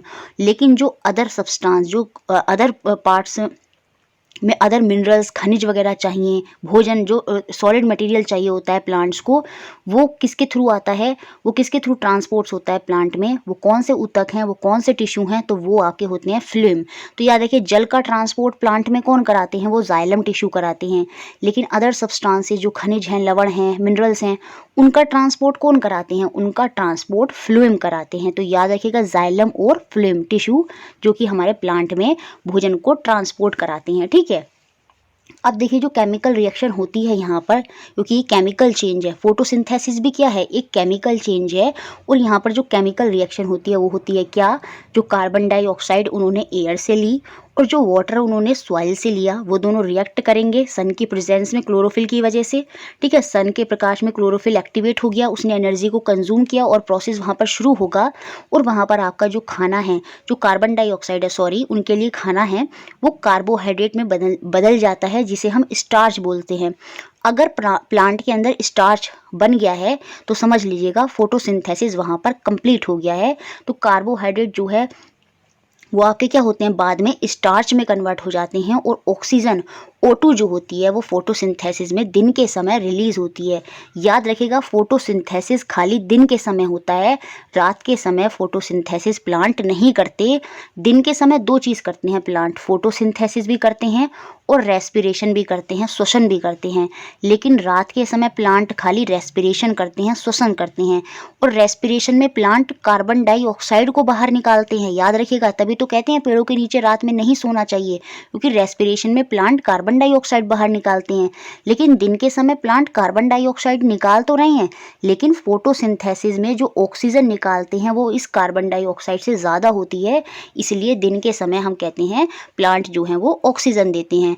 बाकी रेस्पिरेशन भी करते हैं, लेकिन फोटोसिंथेसिस जो है वो खाली दिन के समय में करते हैं। ठीक है, अब यहाँ पर लिखा है the carbohydrate ultimately get converted into starch. बाद में जो प्रोसेस में इसमें कार्बोहाइड्रेट बनी है, जो हमारी शुगर होती है, कार्बोहाइड्रेट होती है फूड के अंदर, वो किस में कन्वर्ट हो जाती है, वो आपका स्टार्च में कन्वर्ट हो जाती है। और यही presence of starch in leaves, ये जो प्रेजेंस होगी स्टार्च की लीव्स के अंदर, मंड की प्रेजेंस होगी हमारी लीव्स के अंदर, यही इंडिकेट करेगी क्या, ऑकरेंस ऑफ फोटोसिंथेसिस। यही बताएगी कि फोटोसिंथेसिस का प्रोसेस हो गया है। The starch is also a carbohydrate. ठीक है, starch is also a carbohydrate, क्योंकि वहीं से क्या हो रहा है, ये कन्वर्ट होकर बन रहा है। ठीक है, अब देखिए जो एल्गी होती हैं, जो शैवाल होती हैं, जो silly me green patches in the pond, आपने देखा होगा जो तालाब वगैरह पर ग्रीन ग्रीन करके पैचेज लग जाते हैं, वो भी एल्गी ही होती हैं। याद रखिए जो एल्गी होती हैं, क्योंकि ये भी ग्रीन है, ग्रीन है इनका मतलब इनके अंदर भी क्लोरोफिल है। जिनके अंदर क्लोरोफिल होगा वो फोटोसिंथेसिस करेंगे, क्योंकि क्लोरोफिल एनर्जी को कंज्यूम करेगा सन की, और वहाँ पर कहीं ना कहीं खाने की प्रक्रिया होगी। तो ग्रीन जो एल्गी होती हैं उनमें भी क्लोरोफिल होता है, और वो भी फोटोसिंथेसिस में अपना भोजन स्वयं बनाते हैं। तो ये क्वेश्चन सीटेट में बना है, कथन के रूप में था ये, क्या एल्गी अपना भोजन खुद बनाते हैं, क्या वो फोटोसिंथेसिस करते हैं? जी हाँ, ग्रीन एल्गी भी फोटोसिंथेसिस करते हैं, अपना भोजन खुद बनाते हैं। क्यों? क्योंकि इनके अंदर भी क्लोरोफिल होता है। ठीक है, अब ये तो वो प्लांट की बात कर दी मैंने जो अपना खाना खुद बना रहे हैं। अब कुछ प्लांट ऐसे होते हैं जिनके अंदर क्लोरोफिल नहीं होता, they do not have chlorophyll, they can not synthesize their food. जब क्लोरोफिल नहीं है तो खाना वहाँ पर बन ही नहीं पाएगा। तो ऐसे प्लांट जो होते हैं वो आपके क्या कहलाते हैं, वो आपके पैरासाइट होते हैं, जो दूसरे पर डिपेंड होते हैं, जो परपोसी होते हैं। और ऐसे ही प्लांट का एग्जाम्पल है कॉस्कुटा, अमर बेल। ये डायग्राम में आप देखिए, इस पेड़ के ऊपर ये बेल जो है वो लटकी हुई है ना। क्यों? क्योंकि ये जो होस्ट है, ये जो होस्ट यहाँ पर कौन है, ये प्लांट एक होस्ट की तरह है, और ये इससे पोषक तत्व लेगी और फिर अपने अंदर जो भोजन है वो लेगी। तो ऐसे प्लांट जिनमें क्लोरोफिल नहीं होता लेकिन वो दूसरे प्लांट से अपने पोषक तत्व लेते हैं, वो आपके पैरासाइट होते हैं। और कॉस्कुटा, अमर बेल जो है वो इसी का एग्जाम्पल है। They do not have chlorophyll, they take readymade food from the plant on which it is climbing. जिन प्लांटों के ऊपर वो क्लाइंब करते हैं, चढ़ जाते हैं, वहाँ से वो अपना पोषक तत्व लेते हैं, न्यूट्रिशन लेते हैं। और ऐसे ही प्लांट जो उनके ऊपर क्लाइंब हुए हैं वो आपके क्या होते हैं, वो पैरासाइट होते हैं। और जिस प्लांट के ऊपर वो क्लाइंब हुए हैं वो प्लांट जो होता है वो आपका होस्ट होता है। याद रखिएगा क्या होता है, होस्ट होता है। ठीक है, अब जो ऐसे प्लांट है उनको क्या हम बोलते हैं, पैरासाइट बोलते हैं, परपोषी बोलते हैं। तो हिंदी में सॉरी, परपोषी तो आपका होस्ट होगा, क्या होगा, होस्ट होगा। पैरासाइट को हिंदी में क्या बोलते हैं, परजीवी। ठीक है, ऐसे जो प्लांट, देखिए थोड़ा सा कन्फ्यूजन हो गया, क्लियर कर लेते हैं। जिस प्लांट से ये न्यूट्रिशन लेंगे, ठीक है, वो प्लांट तो आपका होस्ट होता है। क्या होता है? होस्ट, परपोषी, जो पहले से ही अपना भोजन खुद बना रहा है। लेकिन जो प्लांट इसके ऊपर चढ़ा है, जो कॉस्कुटा, अमरबेल है, वो क्या है? वो आपका पैरासाइट है, परजीवी है। लेकिन जो होस्ट, जो दूसरा प्लांट था, वो आपका परपोषी था। इस परजीवी में पैरासाइट के और कौन कौन से एग्जाम्पल हैं? बेड बग, जो खटमल होते हैं, जो आपकी लीचीज हो गई, जो आपके जू हो गए, कॉस्कुटा हो गए, ठीक है, लाइस, लाइस तो आपकी जू हो गई है ना। तो ये सारे जो होंगे ये भी आपके क्या हैं? परजीवी ही हैं। क्यों? क्योंकि ये क्या करते हैं, इनमें खुद तो कुछ होता नहीं है, कुछ देते नहीं है, ये सिर्फ लेते हैं। ये आपकी बॉडी से सारे न्यूट्रिशन ले लेंगे, बदले में कुछ नहीं देंगे। तो ऐसे ही जीव जो आपकी बॉडी से न्यूट्रिशन लेते हैं वो आपके पैरासाइट होते हैं, परजीवी होते हैं। और इनके एग्जाम्पल भी मैंने बता दिए हैं। बेड बग, लीचीज, कॉस्कुटा, लाइस, ये सारे के सारे पैरासाइट के एग्जाम्पल हैं। अब देखिए, कुछ हमारे जो होते हैं वो कीट भक्षी होते हैं, जो इंसेक्ट को कंज्यूम करते हैं। Insect eating plant are called insectivorous plant. कीट भक्षी हम उनको बोलते हैं, जैसे कि पिचर प्लांट। जो पिचर प्लांट होता है वो इंसेक्ट्स वगैरह को खाता है। तो ऐसे ही प्लांट जो इंसेक्ट को कंज्यूम करते हैं वो आपके क्या होते हैं? वो कीट भक्षी होते हैं, पिचर प्लांट होते हैं। बाकी बहुत डिटेल में इसके बारे में टॉपिक सीरीज में बताया है पिचर प्लांट के बारे में। बाकी आप इतना ही अभी मैराथन सेशन में याद रखिए, ठीक है। अब कुछ ऑर्गेनिज्म अपना न्यूट्रिशन कहाँ से लेते हैं? वो आपके मृत जीवों से लेते हैं। Fungi drive nutrition from dead and decaying matter. जो मरे सड़े गले चीज़ें होती हैं वहाँ से अपना न्यूट्रिशन लेते हैं। तो वो आपके क्या कहलाते हैं? सेप्रोट्रॉप्स कहलाते हैं, मृत जीवी कहलाते हैं। जैसे ईस्ट, ईस्ट जो है वो आपकी फंगाई के अंदर आती है। याद रखिएगा, वो मैंने पहले नहीं बताया था आपको, अब यहाँ पर बता देते हैं। जैसे आपका मलेरिया जो होता है वो प्रोटोजोआ की वजह से होता है। जो अल्कोहल हम बना रहे थे ईस्ट में, जिसे हम फर्मेंटेशन बोलते हैं, वो जो ईस्ट थी वो क्या थी? वो फंगाई होती है। याद रखिए। ऐसे ही मशरूम, मशरूम भी फंगाई है। कवक तो इसमें आ ही जाएंगे। तो ये सारे फंगाई होते हैं। ये क्या करते हैं? ये दूसरे मरे हुए जो मर जाते हैं, डेड और डिकेइंग प्लांट या एनिमल्स होते हैं, उनसे अपना न्यूट्रिशन लेते हैं। और इन्हें ही हम सेप्रोटॉप्स कहते हैं, मृत जीवी कहते हैं। देखिए, इसके बाद अब हम समझेंगे सिम्बायोटिक रिलेशनशिप क्या होती है, सहजीवी क्या होती है। और ये बहुत इंपॉर्टेंट है, यहाँ से क्वेश्चन बना है सीटेट में। देखिए, परजीवी में, पैरासाइट में हमने क्या पढ़ा था कि एक जो ऑर्गेनिज्म है वो दूसरे ऑर्गेनिज्म से खाली न्यूट्रिशन ले रहा है, बदले में कुछ दे नहीं रहा। लेकिन जब एक ऑर्गेनिज्म क्या करेगा? न्यूट्रिशन तो लेगा लेकिन बदले में उसको भी कुछ देगा, तो वहाँ पर वो एक रिलेशनशिप बना लेते हैं। और उस रिलेशनशिप को ही सिम्बायोटिक रिलेशनशिप बोलते हैं। और ऐसे ही जीव जो एक दूसरे को न्यूट्रिशन देंगे, शेल्टर देंगे और उसको शेयर करेंगे एक दूसरे से, तो वो आपके सहजीवी होते हैं। याद रखिएगा, परजीवी और सहजीवी में यही अंतर है। परजीवी तो खाली न्यूट्रिशन लेते हैं, ये न्यूट्रिशन लेंगे और बदले में कुछ और न्यूट्रिशन या कुछ शेल्टर देंगे, पानी देंगे या कुछ अदर सब्सटेंस उसको देंगे, तो वो आपका एक रिलेशनशिप बना लेते हैं, जिसे हम सिम्बायोटिक रिलेशनशिप, सहजीवी बोलते हैं। यहाँ पर एग्जांपल दिया है राइजोबियम का। राइजोबियम जो होता है ये प्लांट को नाइट्रोजन देता है, क्योंकि वो उसको सॉल्यूबल फॉर्म में सॉइल के साथ कन्वर्ट करा देता है। लेकिन राइजोबियम जो होता है ना, वो अपना खाना खुद नहीं बना सकता, तो वो खाना लेता है कहाँ से? प्लांट से, और बदले में उसको क्या देता है? नाइट्रोजन। तो वहाँ पर एक रिलेशनशिप बन गया ना उनके बीच में, और यही रिलेशनशिप आपका सिम्बायोटिक रिलेशनशिप है, ठीक है। तो वो ऑर्गेनिज्म जो live together and share shelter and nutrition, तो वही आपके सिम्बायोटिक रिलेशनशिप होती है। अब यहाँ पर एक और एग्जाम्पल का उदाहरण दिया है लाइकेन का। देखिए, लाइकेन जो होता है ये भी पार्टनर करता है। लाइकेन में दो ऑर्गेनिज्म एक साथ कनेक्ट रहते हैं। कौन सा? एक एल्गी होगा और एक आपका फंगी होगा। तो एल्गी जो होगा, क्योंकि एल्गी में क्लोरोफिल है, तो ये तो खाना बनाएगा। लेकिन जो फंगाई है वो क्या करेगा? वो इसको बहुत से न्यूट्रिशन जो है इस एल्गी को देगा। तो ये जो एल्गी और फंगाई के बीच में रिलेशनशिप बन गया है, यही आपका क्या होता है? सिम्बायोटिक रिलेशनशिप होता है। और ये इसी सिम्बायोटिक रिलेशनशिप के साथ एक दूसरे के साथ रहते हैं। तो समझ में आया? ये ध्यान रखिएगा। एल्गी यहाँ पर ये इसको ग्रीन फोटोसिंथेसिस की मदद में खाना दे रहा है, और फंगी जो है वो उसको यहाँ पर शेल्टर देगा, ठीक है। तो ये सारा रिलेशनशिप आपका सिम्बायोटिक रिलेशनशिप में आ जाता है। तो इतना ही हमें न्यूट्रिशन इन प्लांट में देखना था। अब हम आगे समझेंगे न्यूट्रिशन इन एनिमल। कि प्राणियों में पोषण कैसे होता है, कि कैसे हम फूड को लेते हैं और बाद में वो एक्सक्रीट हो जाता है, वेस्ट मटेरियल की तरह बाहर निकल जाता है।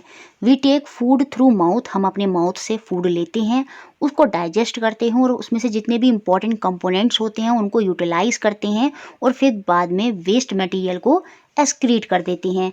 अब ये जो फूड है ना वो pass through a continuous canal, एक कंटिन्यूस कनाल होती है जहाँ से हमारा फूड जो है पास करता है और वो कनाल जो है स्टार्ट हो जाती है, बिगिन हो जाती है कहाँ से, हमारी वकल कैविटी, जो हमारा माउथ है वो पूरा क्या कहलाता है, वकल कैविटी कहलाता है, जिसमें आपकी टंग भी आ जाएगी, टीथ भी आ जाएंगे। तो ये पूरा प्रोसेस आपका वकल कैविटी से शुरू होता है और एंड होता है कहाँ पर, एनस में, लास्ट में, जहाँ पर आपका वेस्ट मटेरियल बाहर निकल जाता है।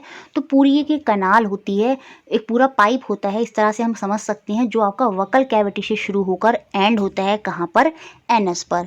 और ये जो कैनाल है ये डिवाइड होती है बहुत सारे कंपार्टमेंट में, हम इसको अलग अलग कंपार्टमेंट में डिवाइड कर देते हैं, लेकिन बट ये एक ही कैनाल होती है जो स्टार्ट होती है आपकी वकल कैविटी से और एनस, जिसे हम गुहा बोलते हैं, वहाँ जाकर एंड हो जाती है। तो अलग अलग जो कंपार्टमेंट हैं इनका सही सीक्वेंस आपको पता होना चाहिए। सीटेट में यही सही सीक्वेंस पूछा जाता है कि सबसे पहले क्या आता है कैनाल में। सबसे पहले आता है आपका वकल कैविटी, आपका माउथ, जहाँ से हम फूड को लेते हैं, उसमें आपका स्लाइवरी ग्लैंड होता है जहाँ से आपका स्लाइवा निकलता है, लार निकलती है और वो लार क्या करती है, जो हमारे खाने में स्टार्च होता है उसको शुगर, उसको कार्बोहाइड्रेट में बदल देती है। तो सबसे पहले वकल कैविटी आता है, फिर आपका फूड पाइप आता है, इसोफेगस आता है। ये क्या करता है, जो हमारा भोजन है जो हमने चबा लिया है उसको इस पाइप के थ्रू लेकर जाता है और कहाँ पहुँचा देता है, थर्ड नंबर पर हमारे अमाशय, हमारे स्टमक में पहुँचा देता है। हमारे स्टमक में जो है प्रोटीन वगैरह का सिंथेसाइज जो है वो बिगिन हो जाता है, कंप्लीट नहीं होता, शुरू हो जाता है लेकिन, और ये ख़त्म जाकर कहाँ होता है, सारे जो कंपोनेंट हैं, फैट है, प्रोटीन है, ये सारे जाकर कंप्लीट रूप से डाइजेस्ट हो जाते हैं कहाँ पर, हमारी स्मॉल इंटेस्टाइन, छोटी आंत में। और उसके बाद छोटी आंत क्या कर देती है, वहाँ से जो कंपोनेंट से इंपॉर्टेंट अमीनो एसिड है उन सब को हमारे ब्लड वेसल्स में ट्रांसफ़र कर देती है, जो हमारे शरीर के अलग अलग ऑर्गन को चाहिए होते हैं अलग अलग फंक्शन करने के लिए, ठीक है। और उसके लास्ट में बाद में आती है आपकी लार्ज इंटेस्टाइन, वहाँ से भी कुछ अगर और भी पोषक तत्व रह गए हैं वो वहाँ से निकलेंगे। पानी जो है, पानी जो अलग होता है यूरिन से, वो लार्ज इंटेस्टाइन में होगा और बाद में जो वेस्ट मटेरियल है वो आपके एनस के थ्रू बाहर निकल जाता है। तो पूरी इस तरह से ये कैनाल डिवाइड होती है, जो शुरू होती है आपकी वकल कैविटी से, फिर फूड पाइप, इसोफेगस, फिर आपका स्टमक आता है, फिर आपकी स्मॉल इंटेस्टाइन, फिर लार्ज इंटेस्टाइन और फिर आपका एनस। तो ये सीक्वेंस आपको याद रखना है, ठीक है। अगर मैं माउथ की बात करूं, वकल कैविटी की बात करूं, तो सबसे पहले आती है हमारे टीथ, जो हमारे खानों को चबाते हैं। तो जो नंबर ऑफ मिल्क टीथ होते हैं एक बच्चे में वो 20 होते हैं, लेकिन जो एडल्ट, जो हम एडल्ट हैं, हम में जो टीथ होते हैं, दांत होते हैं, वो कितने होते हैं, वो 32 होते हैं। और ये बात आपको याद रखनी है, जिसमें हमारे 4 इंसीजर होते हैं, 8 कैनाइन होते हैं, 8 प्रीमोलर होते हैं और 12 मोलर होते हैं। और इनका सिक्वेंस भी पूछा था सीटेट में, तो याद रखिए सबसे पहले आपके इंसीजर आते हैं, आगे वाले 2 दांत जो काटने में मदद करते हैं, 2 दांत ऊपर के और 2 दांत नीचे के, तो कुल मिलाकर 4 इंसीजर होते हैं, 4 कृंतक, हिंदी में क्या बोलते हैं, कृंतक। तो सबसे पहले हमारे इंसीजर आते हैं, सीक्वेंस में सबसे पहले क्या आएंगे, इंसीजर आएंगे, कृंतक आएंगे। उसके बाद हमारे 8 कैनाइन होते हैं, 2 आगे वाले दांत के बाद जो हमारे 2 इधर वाले ये दांत और 2 इधर वाले ये दांत, तो 2 ऊपर, 4 नीचे। तो हमारे 8 जो होते हैं वो आपके रदनक होते हैं, क्या होते हैं, कैनाइन होते हैं। याद रखिएगा, 2 ऊपर इधर की तरफ, 2 ऊपर उधर की तरफ, तो 4 ऊपर, ये देखिए ये 2 और इधर वाले ये 2, और इसी में वो नोकीला वाला दांत भी आ जाता है जो हमारे कैनाइन के अंदर होता है, रदनक के अंदर होता है। तो पहले कृंतक आते हैं, फिर आपके रदनक आते हैं, और कितने कैनाइन होते हैं हमारे, 8 कैनाइन होते हैं, 4 ऊपर 4 नीचे। उसके बाद हमारे प्रीमोलर आते हैं, प्रीमोलर भी कितने होते हैं हमारे, 8 होते हैं, ठीक है। तो 8 मतलब 4 ऊपर 4 नीचे, ये देखिए 2 और ये वाले 2, ये क्या है, ये आपके प्रीमोलर हैं। तो 4 ऊपर वाले, 4 नीचे, तो कुल मिलाकर 8 प्रीमोलर होते हैं, जिनको हम अग्रचवर्णक बोलते हैं हिंदी में। और उसके बाद हमारे 12 मोलर होते हैं, पीछे वाले दांत, 3 पीछे ऊपर, इधर भी 3 पीछे, तो कुल मिलाकर 6 ऊपर की तरफ, 6 नीचे की तरफ। तो इस तरह से हमारे 12 जो होते हैं वो चवर्णक होते हैं, मोलर होते हैं। तो ये पूरी तरह से आपको पता होना चाहिए।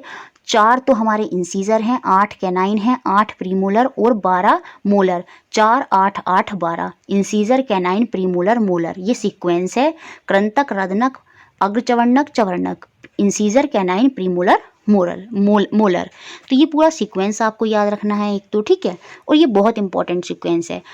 देखिए इसके बाद हमें समझना है कि जो डाइजेशन होता है वो एक कॉम्प्लेक्स प्रोसेस होता है जिसमें अलग अलग तरह की चीज़ें होती हैं। सबसे पहले इंजेशन होता है। इंजेशन मतलब हम फूड को लेते हैं, उसके बाद उसका डाइजेशन होता है, उसके बाद उसमें एब्जॉर्प्शन होता है। एब्जॉर्प्शन, अवशोषण मतलब जो उसमें से इम्पॉर्टेंट तत्व हैं, अमीनो एसिड वगैरह, वो हमारी स्मॉल इंटेस्टाइन से ब्लड वेसल की तरफ को जाते हैं। उसके बाद एसिमिलेशन होता है, स्वांगीकरण होता है, जिसमें क्या होता है, जो इम्पॉर्टेंट तत्व ब्लड वेसल्स के थ्रू जा रहे हैं वो जाकर हमारे अलग अलग ऑर्गन में चले जाते हैं, जो वहाँ पर अलग अलग फंक्शन करते हैं। और बाद में जो वेस्ट मटेरियल है, इजेशन में क्या होता है, वेस्ट मटेरियल हमारी बॉडी से एक्सक्रीट होता है। तो ये पांचों प्रोसेस हमारे पूरे डाइजेशन में चलते हैं और इनका सही सीक्वेंस पता होना चाहिए। बिल्कुल सेम इसी तरह से ये सीटेट में पूछा गया था। पहले इंजेशन होता है, फिर डाइजेशन होता है, फिर एब्जॉर्प्शन होता है, फिर एसिमिलेशन, स्वांगीकरण होता है और बाद में आपका एक्सक्रीशन होता है जिसे हम इजेशन बोलते हैं। थोड़ा थोड़ा इनको समझेंगे भी अभी, लेकिन आपको पहले ये प्रोसेस पता होना चाहिए, ठीक है। अब देखिए जो हमारा माउथ होता है उसमें स्लाइवरी ग्लैंड होती है, बकल कैविटी में अभी हमने पीछे देखा था। और ये जो स्लाइवरी ग्लैंड होता है ना, ये सीक्रेट करता है एक जूस जिसे हम बोलते हैं स्लाइवा। और ये स्लाइवा क्या कर देता है, हमारा जो स्टार्च होता है भोजन में उसको शुगर में कन्वर्ट कर देता है। अब इसका टेस्ट पता कैसे चला, देखिए 2 नलियां ली, एक नली में तो उबले हुए चावल और एक नली के अंदर, एक टेस्ट ट्यूब के अंदर जो हमने चावल चबा लिए हैं उनको डाला गया। और जब आयोडीन के सॉल्यूशन के साथ इनको टेस्ट करा गया तो देखा गया कि जो इधर वाले जो उबले हुए चावल थे उसका कलर तो हमारा पर्पल हो गया, ठीक है, लेकिन जो ये वाले चावल हैं जो चबा लिए हैं उनका कलर पर्पल नहीं हुआ। क्यों? क्योंकि यहाँ पर स्टार्च है ही नहीं। स्टार्च किस में बदल गई, शुगर में बदल गई। किसकी वजह से, स्लाइवा की वजह से। लेकिन उबला हुआ चावल क्या है, उसमें अभी स्टार्च है जिसको हमने चबाया नहीं है और वो अभी कार्बोहाइड्रेट शुगर में नहीं कन्वर्ट हुई, ठीक है। तो याद रखिए इंपॉर्टेंट पॉइंट है, स्लाइवा कन्वर्ट कर देता है किसको, जो हमारे भोजन के अंदर मंड होती है, स्टार्च होती है, उसको किस में, कार्बोहाइड्रेट शुगर में। अब उसके अलावा जो हमारी जीभ होती है उसके थ्रू हमें टेस्ट का पता चलता है। क्यों? क्योंकि हमारी जो टंग है उसमें टेस्ट बड होते हैं, स्वाद कलिकाएं होती हैं जो हमारे अलग अलग टेस्टों को बताती हैं। जैसे 4 कॉमन टेस्ट होते हैं हमारे, स्वीट, मीठा, सॉल्टी, नमक, सौर माने आपका खट्टा हो गया, बिटर माने आपका कड़वा हो गया।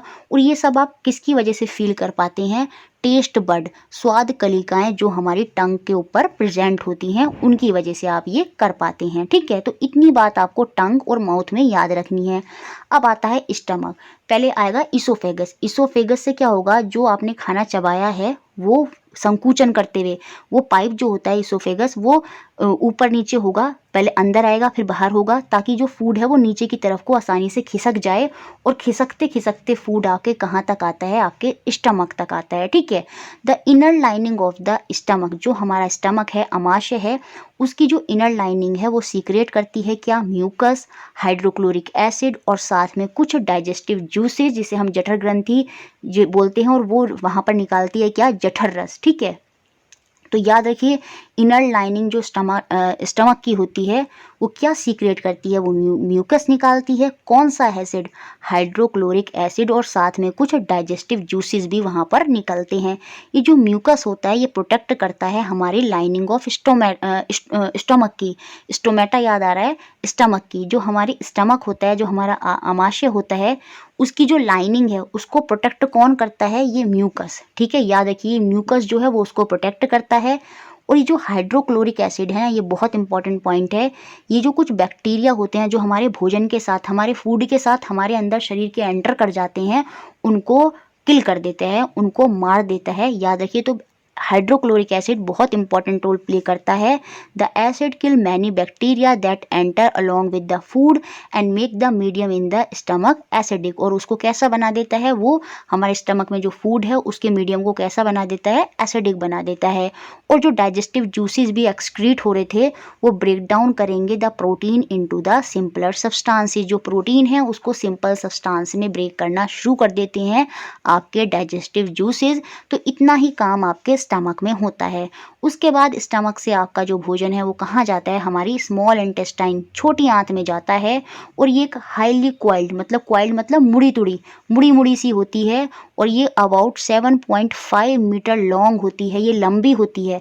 जो हमारी स्मॉल इंटेस्टाइन है वो लंबी होती है लेकिन पतली होती है, लेकिन जो लार्ज इंटेस्टाइन है वो मोटी होती है पर छोटी होती है। ठीक है, ये बात भी आप याद रखेंगे।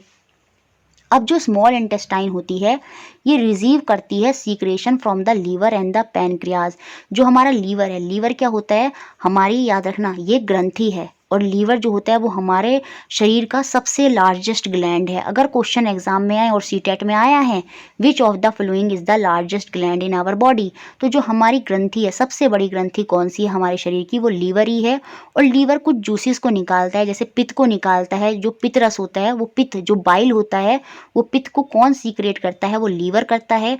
और वो जो पित्त रस है वो टेम्पररी जाकर आपके पित्ताशय गैल ब्लैडर में स्टोर हो जाता है और वहाँ से वो जो पित्त रस होता है वो हमारी स्मॉल इंटेस्टाइन में जाता है। और ये जो पित्त रस होता है वो हमारी स्मॉल इंटेस्टाइन के अंदर जो फैट होता है उसको डाइजेस्ट करने में मदद करता है। तो स्मॉल इंटेस्टाइन क्या करती है, रिसीव करती है क्या, जो कुछ सब्सटेंस सीक्रेट हुए हैं, कहाँ से, लीवर से और पैनक्रियाज से, अग्नाशय से। पैनक्रियाज जहाँ पर इंसुलिन निकलता है, याद रखिए डायबिटीज़ को कौन सा हार्मोन कंट्रोल करता है, इंसुलिन। और ये इंसुलिन कहाँ से निकलता है, ये भी हमारी ग्रंथि है, ग्लैंड है, कौन सा, पैनक्रियाज। ठीक है, beside it wall also secret juices. ये कुछ जूसेस को तो रिसीव करता है लेकिन साथ में कुछ जूसेस अपने आप भी निकालता है। ठीक है, अब देखिए यहाँ पर बता भी दिया है, जो लीवर होता है, जो यकृत होता है, वो हमारा लार्जेस्ट ग्लैंड है बॉडी का। वो बाइल को सीक्रेट करता है, पित्तरस को सीक्रेट करता है और जो जाकर टेम्परेरी रूप से स्टोर हो जाता है कहाँ पर, गैल ब्लैडर में, पित्ताशय में। और वहाँ से ये रस जो है, पित्तरस जो है, वो हमारी स्मॉल इंटेस्टाइन में जाता है और ये एक बहुत बड़ा इंपॉर्टेंट रोल प्ले करता है in the digestion of fat. Fat को डाइजेस्ट कराता है हमारी स्मॉल इंटेस्टाइन में। ठीक है, ये पूरा याद रखिएगा। लीवर लार्जेस्ट ग्लैंड है जो पित्तरस को निकाल रहा है, जो जाकर स्टोर होता है गैल ब्लैडर में और वहाँ से टेम्परेरी रूप से गैल ब्लैडर में जाकर स्टोर होता है और वहाँ से जाता है हमारे स्मॉल इंटेस्टाइन में और वहाँ पर हमारे फैट जो बसा होते हैं उनका डाइजेशन करता है। बाकी जो पैनक्रियाज से जूस निकलते हैं वो कार्बोहाइड्रेट और प्रोटीन उनको चेंज कर देते हैं, किसमें, सिंपल सब्सटेंस से। और पैनक्रियाज से हमारा हार्मोन भी निकलता है, इंसुलिन, जो डायबिटीज़ को कंट्रोल भी करता है।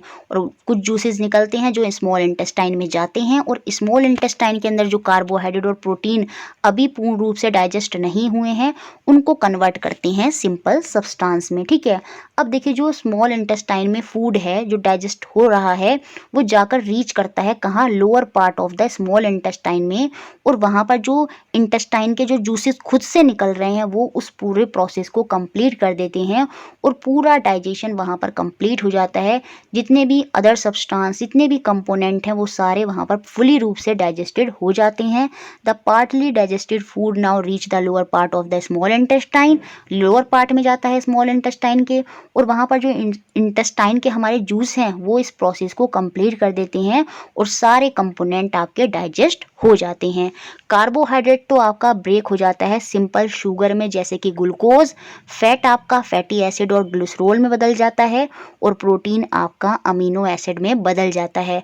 अब ये जो ग्लिसरॉल है, फैटी एसिड, अमीनो एसिड, ये सब अब जो है वो हमारे ब्लड वेसल्स में जाएंगे और जब ये डाइजेस्टेड फूड जो कन्वर्ट हो गए हैं किसमें, ग्लूकोज में, फैटी एसिड में, अमीनो एसिड में, ये पास होते हैं हमारी ब्लड वेसल में अंदर जाते हैं। और जब ये हमारी ब्लड वेसल में जा रहे होते हैं कहाँ से, हमारी वॉल ऑफ इंटेस्टाइन से, स्मॉल इंटेस्टाइन की जो वॉल होती है वहाँ से जब ये हमारी ब्लड वेसल्स में जा रहे होते हैं तो इस प्रोसेस को ही हम क्या बोलते हैं, अवशोषण बोलते हैं। याद करिए, सबसे पहले मैंने बताया था इंजेशन होता है, इंजेशन में हम खाने को लेते हैं, फिर डाइजेशन होता है और थर्ड नंबर पर क्या होता है, एब्जॉर्प्शन होता है, अवशोषण होता है। तो ये अवशोषण यही होता है, जो फैटी एसिड, ग्लिसरॉल और अमीनो एसिड हैं ये हमारे ब्लड वेसल में जब जा रहे होते हैं स्मॉल इंटेस्टाइन से तो वही प्रोसेस आपका अवशोषण है। अब देखिए जाते कैसे हैं, हमारी होता क्या है, स्मॉल इंटेस्टाइन की जो इनर वाली नीचे वाली वॉल होती है उसमें क्या होता है, 1000 ऑफ फिंगर लाइक आउटग्रोथ होते हैं जिनको हम विली बोलते हैं, दीर्घरोम बोलते हैं, कुछ इस तरह से फिंगर की तरह इस तरह से आउटग्रोथ होती हैं, इनको हम विली बोलते हैं, दीर्घरोम बोलते हैं। और ये बहुत इंपॉर्टेंट पॉइंट है, सीटेट में 2 बार इससे क्वेश्चन आया है। Thousand of finger like outgrowth क्या कहलाते हैं? दीर्घरोम कहलाते हैं, विली कहलाते हैं, जो हमारी स्मॉल इंटेस्टाइन में होते हैं। यहाँ पर जो विली है, ये जो ईच विली है, इसके अंदर क्या होते हैं? Thin network of small blood vessel होती है। सरफेस है एक तो ये, ठीक है। इस सरफेस पर यहाँ पर नलियों के गुच्छे होते हैं, ठीक है। स्मॉल इंटेस्टाइन में जो दीर्घरोम है, इनकी जो नेटवर्क, इनमें क्या होता है? इनमें स्मॉल ब्लड वेसल्स के क्या होंगे? थिन नेटवर्क होंगे, और वहाँ से ही जो होती हैं amino acid, fatty acid, glycerol वगैरह आपके जो हैं ब्लड वेसल्स में चले जाते हैं। तो दीर्घरोम में ही क्या होता है? वेसल्स के गुच्छे होते हैं, और उन ब्लड वेसल में ही क्या होते हैं? आपके फैटी एसिड वगैरह आते हैं, और वहाँ से वो आपके डिफरेंट पार्ट ऑफ बॉडी में फर्दर आगे जाएंगे। लेकिन जब ये स्मॉल इंटेस्टाइन से ब्लड वेसल में जा रहे हैं, तो वो आपका अवशोषण है, एब्जॉर्प्शन है, क्योंकि वहाँ से अमीनो एसिड किसने करे? ब्लड वेसल ने वहाँ से एब्जॉर्ब कर लिए, विली के थ्रू वहाँ से वो ट्रांसफर हो गए। तो विली जो है, the surface of villi absorb the digested food material, villi ने उसको एब्जॉर्ब करा, और विली ने फर्दर उसको कहाँ भेज दिया? हमारी स्मॉल इंटेस्टाइन में भेज दिया। अब होगा क्या? ये जो amino acid, fatty acid, glycerol, ये सब जो हमारे ट्रांसफ़र हो गए हैं ब्लड वेसल्स में, फर्दर ये आगे जाके कहाँ जाते हैं? हमारे डिफरेंट ऑर्गन में जाते हैं, और वहाँ पर जाकर जिसको जो फंक्शन करना होता है, वो इनके थ्रू वो फंक्शन करते हैं। और जब ये हमारे डिफरेंट सब्सटेंस में, डिफरेंट ऑर्गन के अंदर जब ये ब्लड वेसल्स के थ्रू जो फैटी एसिड हैं, अमीनो एसिड हैं, ये ट्रांसफ़र हो रहे होते हैं, तो ये प्रोसेस ही आपका क्या कहलाता है? स्वांगीकरण कहलाता है, एसिमिलेशन कहलाता है। याद रखिए, अवशोषण में तो क्या हो रहा है? विली ने उसको एब्जॉर्ब करा और स्मॉल इंटेस्टाइन से निकाल दिया। उसके बाद जब वो हमारे डिफरेंट ऑर्गन्स में जा रहे हैं, ट्रांसपोर्ट हो रहे हैं ब्लड वेसल्स की सहायता से हमारे different organ of the body में, तो वो प्रोसेस आपका क्या होता है? स्वांगीकरण होता है, एसिमिलेशन होता है। और सबसे लास्ट में अब क्या होगा? इजेशन होगा, निष्कासन होगा, और वो कहाँ होता है? हमारी लार्ज इंटेस्टाइन में होता है, बड़ी आंत में होता है, ठीक है। ये वाइडर होती है, ये चौड़ी होती है, लेकिन छोटी होती है स्मॉल इंटेस्टाइन से। इसकी जो लेंथ होती है ना, अबाउट 1.5 मीटर होती है। ये क्या करती है? It function is to absorb water and some salt from the undigested food material. अब देखिए, लार्ज इंटेस्टाइन आपका डाइजेशन का भाग नहीं है, डाइजेशन तो कंप्लीट हो गया, लार्ज इंटेस्टाइन में अब कुछ नहीं होगा, डाइजेशन नहीं होगा। तो जो अनडाइजेस्टेड पार्ट है, वहाँ से भी जो सॉल्ट वगैरह है निकलने हैं, यूरिन वगैरह जो निकलता है, वहाँ से जो होता है वो वहीं पर होता है, लार्ज इंटेस्टाइन में ही होता है, और वाटर वहाँ से एब्जॉर्ब हो जाता है। अनडाइजेस्टेड फूड से जो वाटर है और जो सॉल्ट हैं वो वहाँ से निकल जाते हैं, तो यूरिन में चले जाते हैं और वाटर अलग हो जाता है, ठीक है। द रिमेनिंग वेस्ट मटेरियल जो है वो हमारे रेक्टम से पास होता हुआ हमारे एनस के थ्रू होता हुआ बाहर निकल जाता है, और यही हमारा क्या कहलाता है? इजेशन कहलाता है, निष्कासन कहलाता है, ठीक है। तो ये था हमारा पूरा डाइजेशन। इसके बाद छोटा सा पॉइंट जो याद रखना है एनिमल के पर्पज से, वो ये है कि रूमिनेंट क्या होते हैं, रोमनथी क्या होते हैं। द ग्रेजिंग एनिमल जैसे काऊ, बफेलो, डियर, भैंस, घोड़ा, घोड़ा, काऊ, बफेलो, ये सब जो होते हैं ये रोमनथी होते हैं, रूमिनेंट होते हैं। हाथी नहीं आएगा यहाँ पर, काऊ, बफेलो, डियर, ये ग्रेजिंग एनिमल है जो घास वगैरह को चरते हैं। तो जो ग्रेजिंग एनिमल होते हैं वो क्या करते हैं? आपने देखा होगा, वो अपने खाने को बाद में चबाते हैं, तो यही आपके रोमनथी होते हैं, रूमिनेंट होते हैं। They quickly ingest and swallow their leafy food. इसके बाद छोटा सा पॉइंट जो याद रखना है एनिमल के पर्पज से, वो ये है कि रूमिनेंट क्या होते हैं, रोमनथी क्या होते हैं। द ग्रेजिंग एनिमल जैसे काऊ, बफेलो, डियर, भैंस, घोड़ा, काऊ, बफेलो, ये सब जो होते हैं ये रोमनथी होते हैं, रूमिनेंट होते हैं। हाथी नहीं आएगा यहाँ पर, काऊ, बफेलो, डियर, ये ग्रेजिंग एनिमल है जो घास वगैरह को चरते हैं। तो जो ग्रेजिंग एनिमल होते हैं वो क्या करते हैं? आपने देखा होगा, वो अपने खाने को बाद में चबाते हैं, तो यही आपके रोमनथी होते हैं, रूमिनेंट होते हैं। They quickly ingest and swallow their leafy food.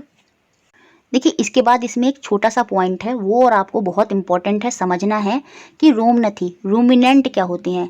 जो ग्रेजिंग एनिमल होते हैं जो घास वगैरह को चरते हैं, जैसे कि काऊ, बफेलो, भैंस हो गई, डियर हो गया, हिरन हो गया, ये सारे रूमिनेंट होते हैं, रोमनथी होते हैं।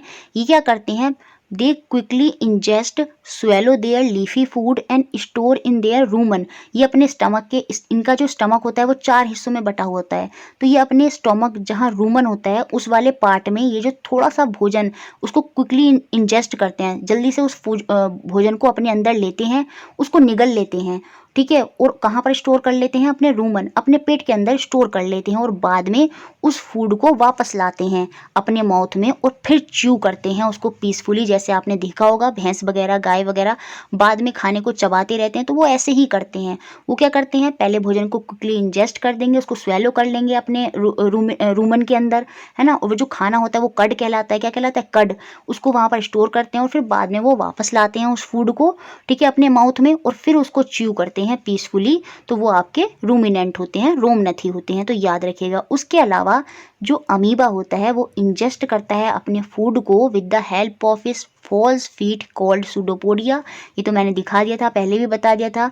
The food is digest in the food vacuoles. इसका जो फूड है वो डाइजेस्ट कहाँ पर होता है, वो फूड वैक्यूल्स में होता है, जिसे हम खाद्य घानी बोलते हैं।